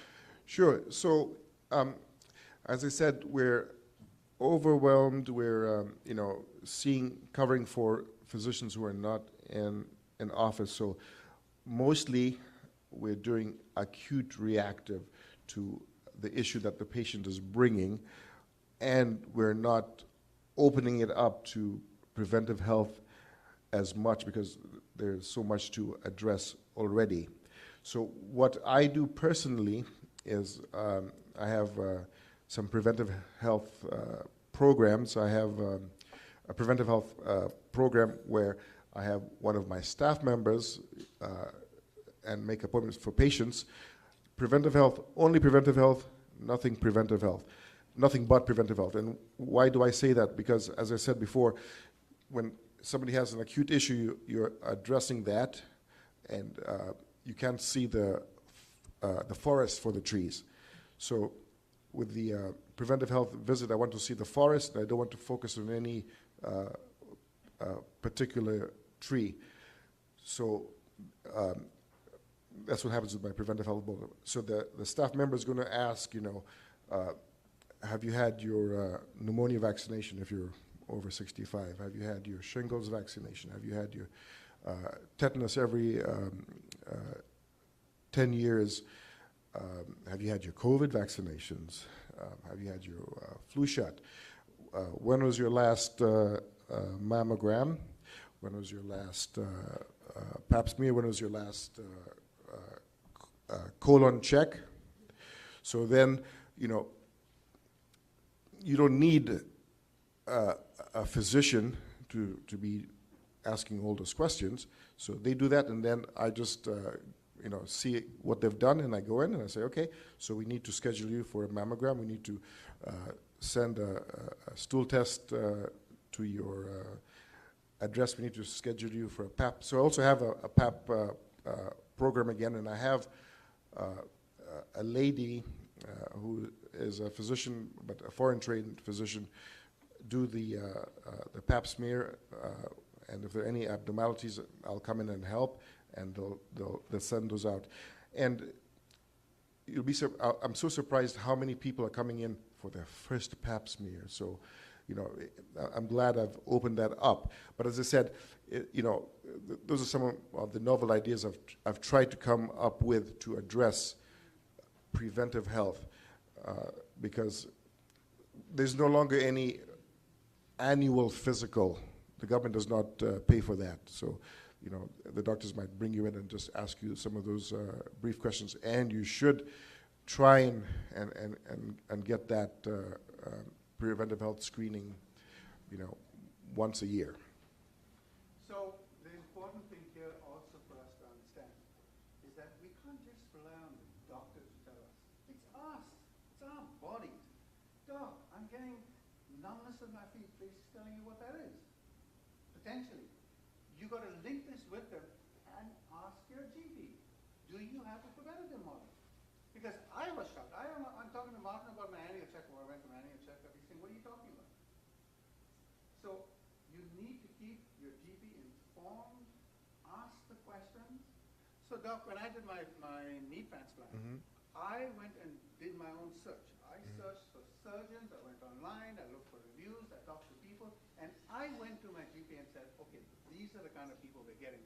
Wonderful. Doc, how are patients responding to you in terms of coming to you with questions? So how are patients responding to me? I've been here since 2014. I've been taking care of my patients. They've been referring other patients.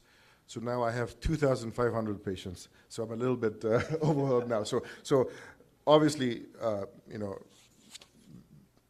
they're coming to me for their care. Okay. Owen, could I ask a question? Certainly. If you don't mind. No, I don't mind. Dr. Pinto, and Leona might even be able to speak to this as well. So we learned during COVID that in a pinch, we could rely on telehealth medicine, phone calls, video calls, virtual contact with our doctor.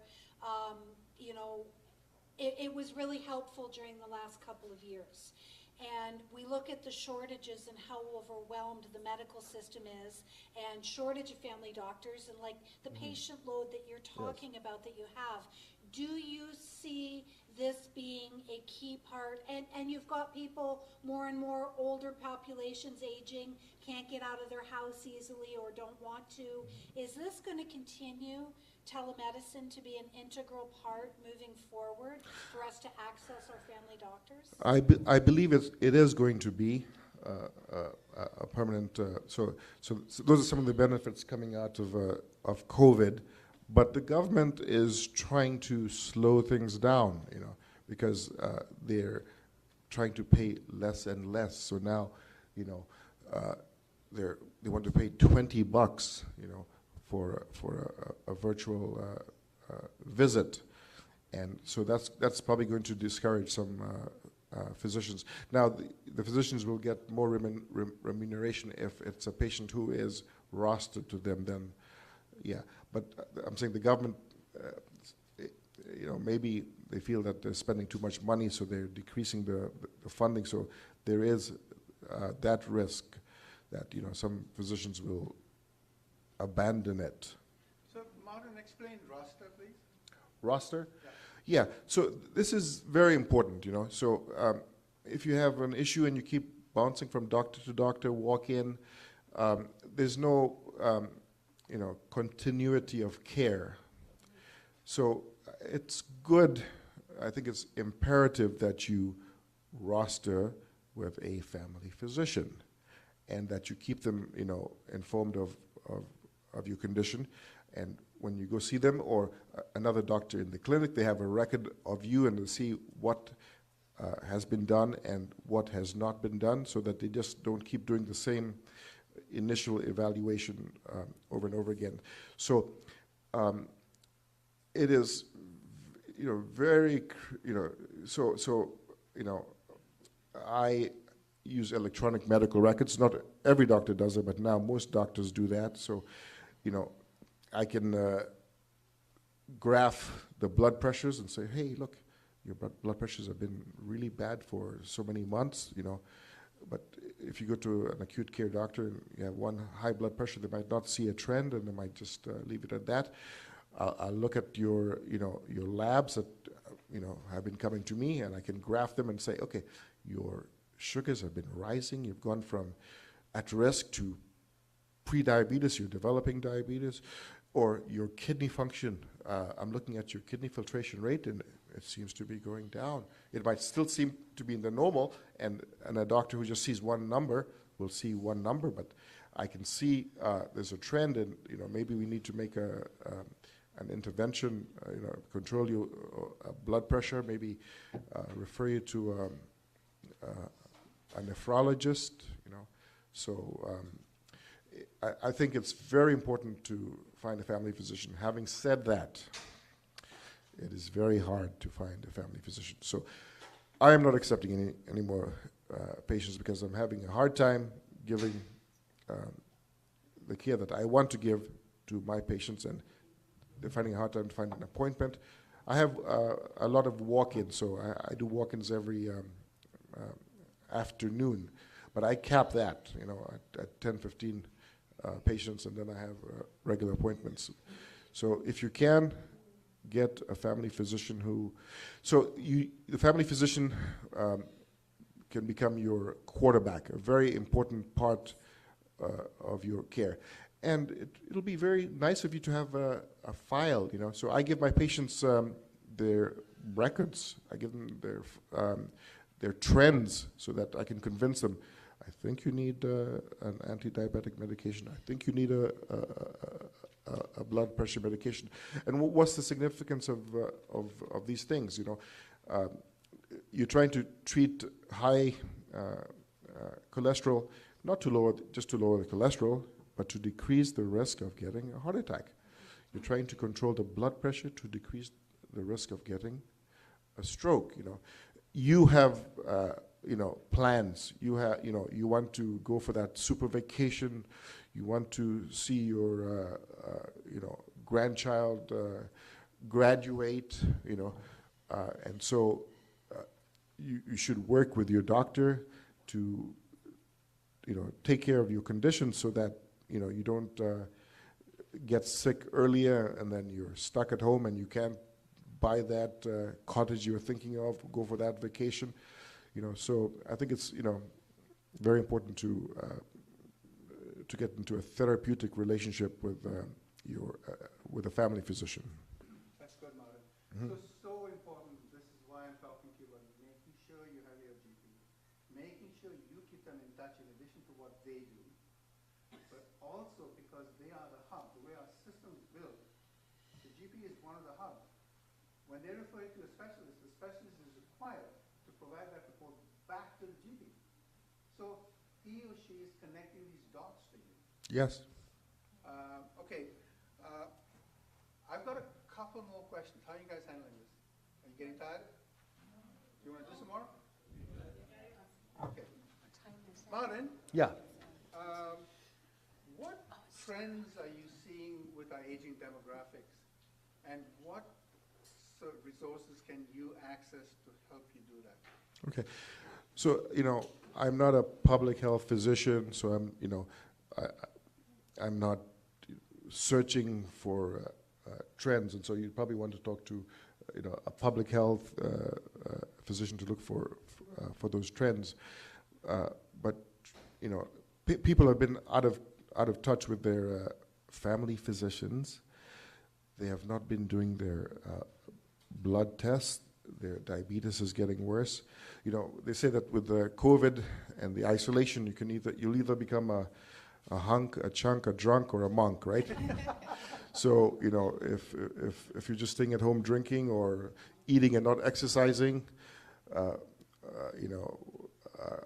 becoming a recluse, or if you're smart, you're exercising, yeah. So yes, there have been, and then also with mental health, that has been tough. People have been isolated. They're not getting the care they need, and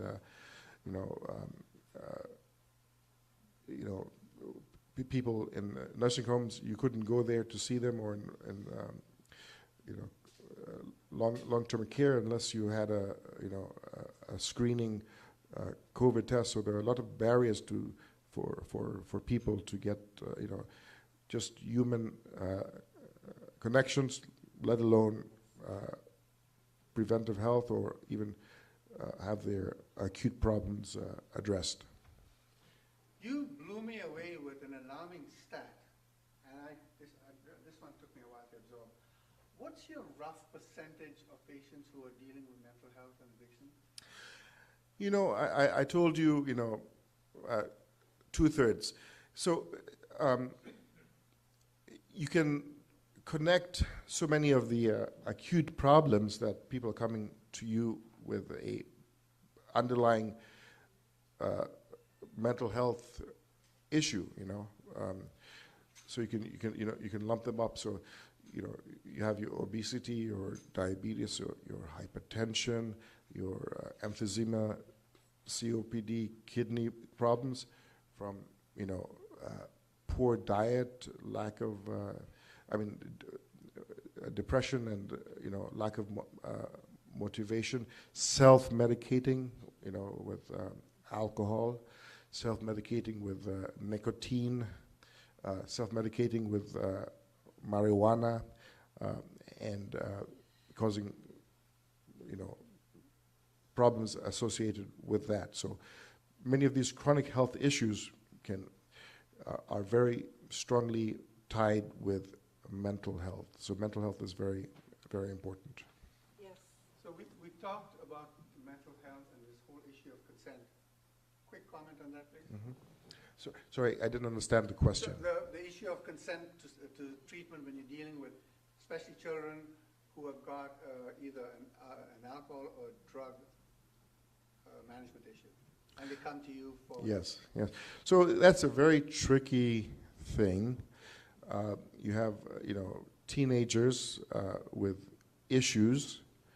Teenagers are hormonal. They're, sitting, with their arms crossed and legs spread, and they do not want to engage. They're being brought there with their parent. So there's not so much you can do. So sometimes you have to ask the parent to leave and let the doctor and the minor interact. And then sometimes you have to have some confidentiality, because they might bring up some issues that they wouldn't have otherwise brought up if they did not have that confidentiality. And of course, parents are not going to be too happy with that. So that's very, very tricky. But if you want to help the young child, sometimes you have to open that, and then try and see if you can get them to bring you to discuss it with their parents, to address those issues. So I also wanted to add. So as family physicians, we are the ones who are seeing depression. We are the ones who are seeing anxiety. We're the ones who are treating that, with the screening, the evaluation. We have questionnaires, starting medications, and then referring, for counseling. And when it's a very difficult case, referring for a psychiatrist to evaluate the medications that you have started on them, because sometimes there's a long wait between somebody presenting with an issue and them seeing a psychiatrist. So we fill that gap. If it's, of course, a suicidal intent, then of course we have to get them to the emergency room, because depression can be a terminal condition. So, Leona, if a GP in your area is trying to access these, I call them softer touch services because they're not hard, and you've got to feel your way through it, how can our GPs get access to the mental health service? How do they get to Alzheimer's? Do they do it directly? Because we just heard, and I'm a bureaucrat like you, so this is not a pressure on you. But how does he, with his limited time, get hold of you guys? He has the influence, because he's a medical practitioner, to complete the forms and have credibility on the service requested. How does he do that?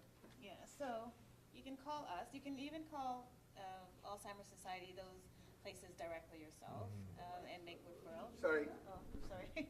Yeah, you can definitely call the organizations yourself to make inquiries and make your referrals. Your care coordinator, I have her name. Good, thank you. I'll give that to you. You can contact your care coordinator for support.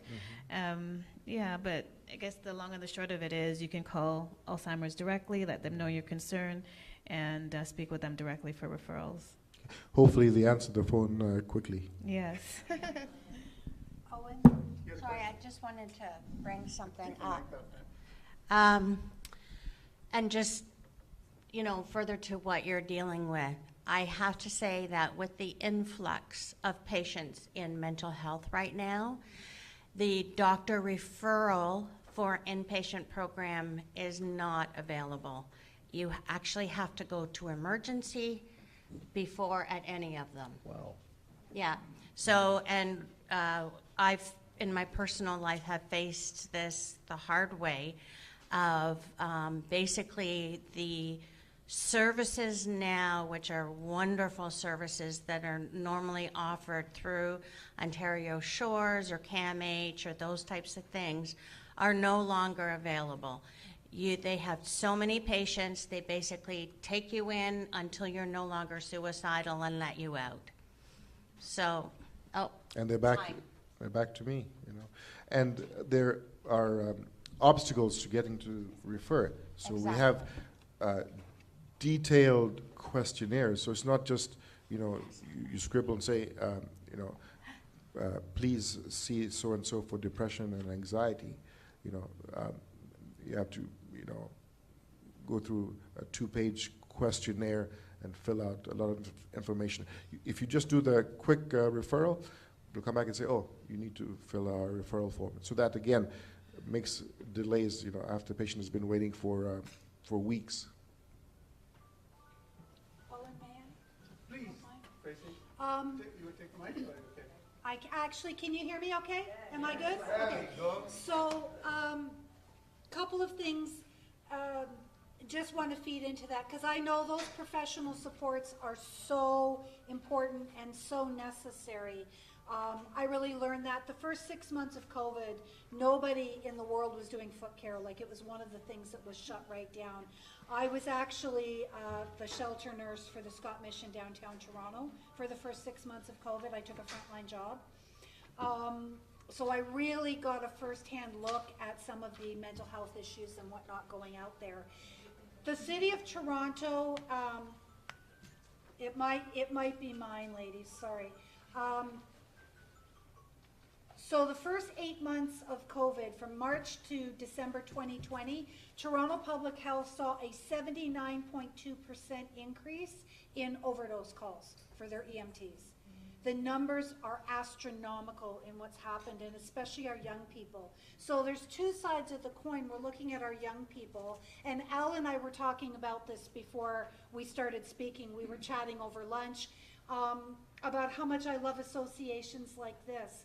Bring your young people in on this, even if they don't look like they want it. It takes a village to raise a child. You're their friends, you're their family, you're their neighbors. Take an interest in the young people around you. You can only put so much on professional services. You can be the ones in their day-to-day lives.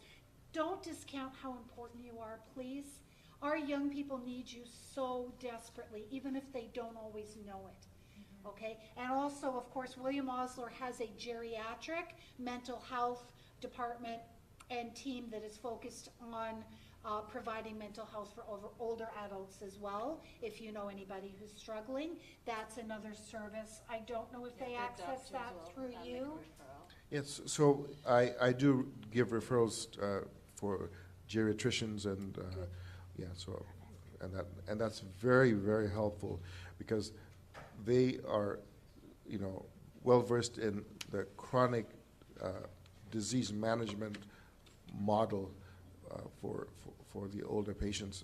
As I said many times, we're stuck doing acute reactive care in the clinic. Okay, you guys done a great job sitting down and taking all this information. Thank you. I want to thank Leona. We need to keep in touch. really keep in touch with this group, pick up the phone and call them. This is the most receptive I've seen them even when I was there, even in the lift. This was the receptive that we need. And hear from Tracy about what is required for us as we get older is crucial. Dr. Pinto, thank you for giving us the time on your phone, closing down our clinic and doing a dog and pony show with me. Francis, thank you so much. Patricia, thank you so much. So,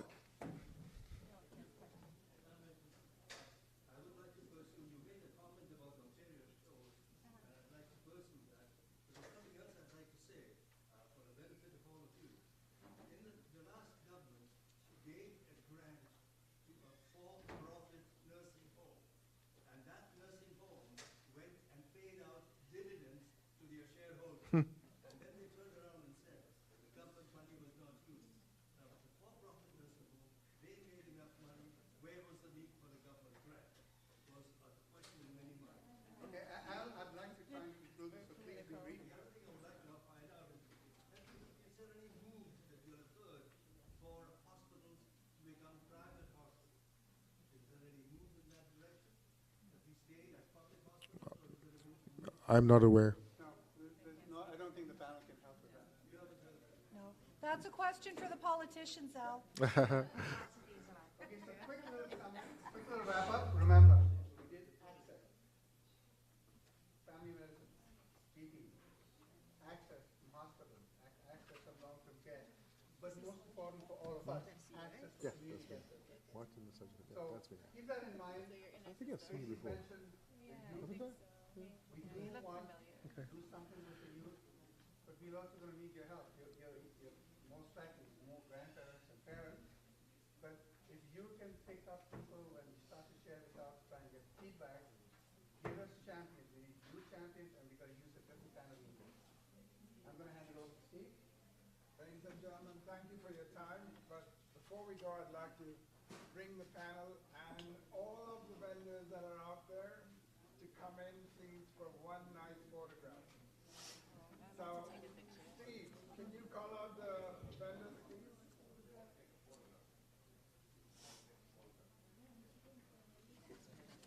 What's that? I want to ask one of them. Oh, okay. Okay. Yeah, I'm good. Sure. Yeah, ask Stephen, he'll do it for you. Or maybe he can send it on to us. You have to really thank Owen for getting me here because I was on the phone to you, too. so yes, I did shut down my clinic. Yep, I hear Vendors, can you all please come in? Christina and the rest of the ladies out there.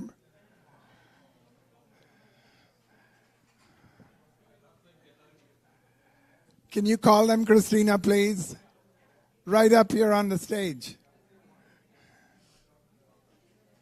We want to get one photograph with all of you. Unless I got a promotion, we should probably switch. Yeah. People have been taking pictures.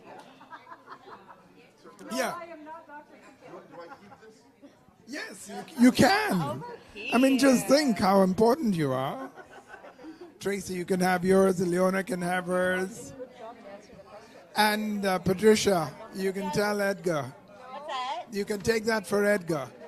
Oh, yes.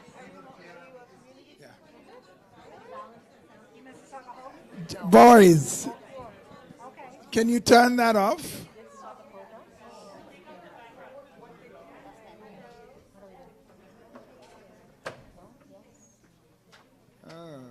Yeah, they're going to turn it off. There you go. Thank yeah. you. All right, Owen.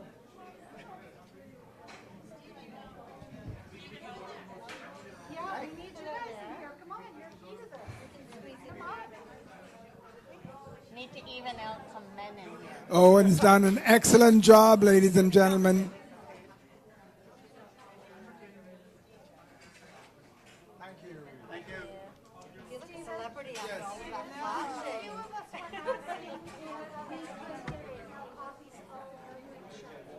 Oh, absolutely. Absolutely. I don't have yours, Tracy. I have Dr. Martin. You have mine. You, Can we do a letter of thanks?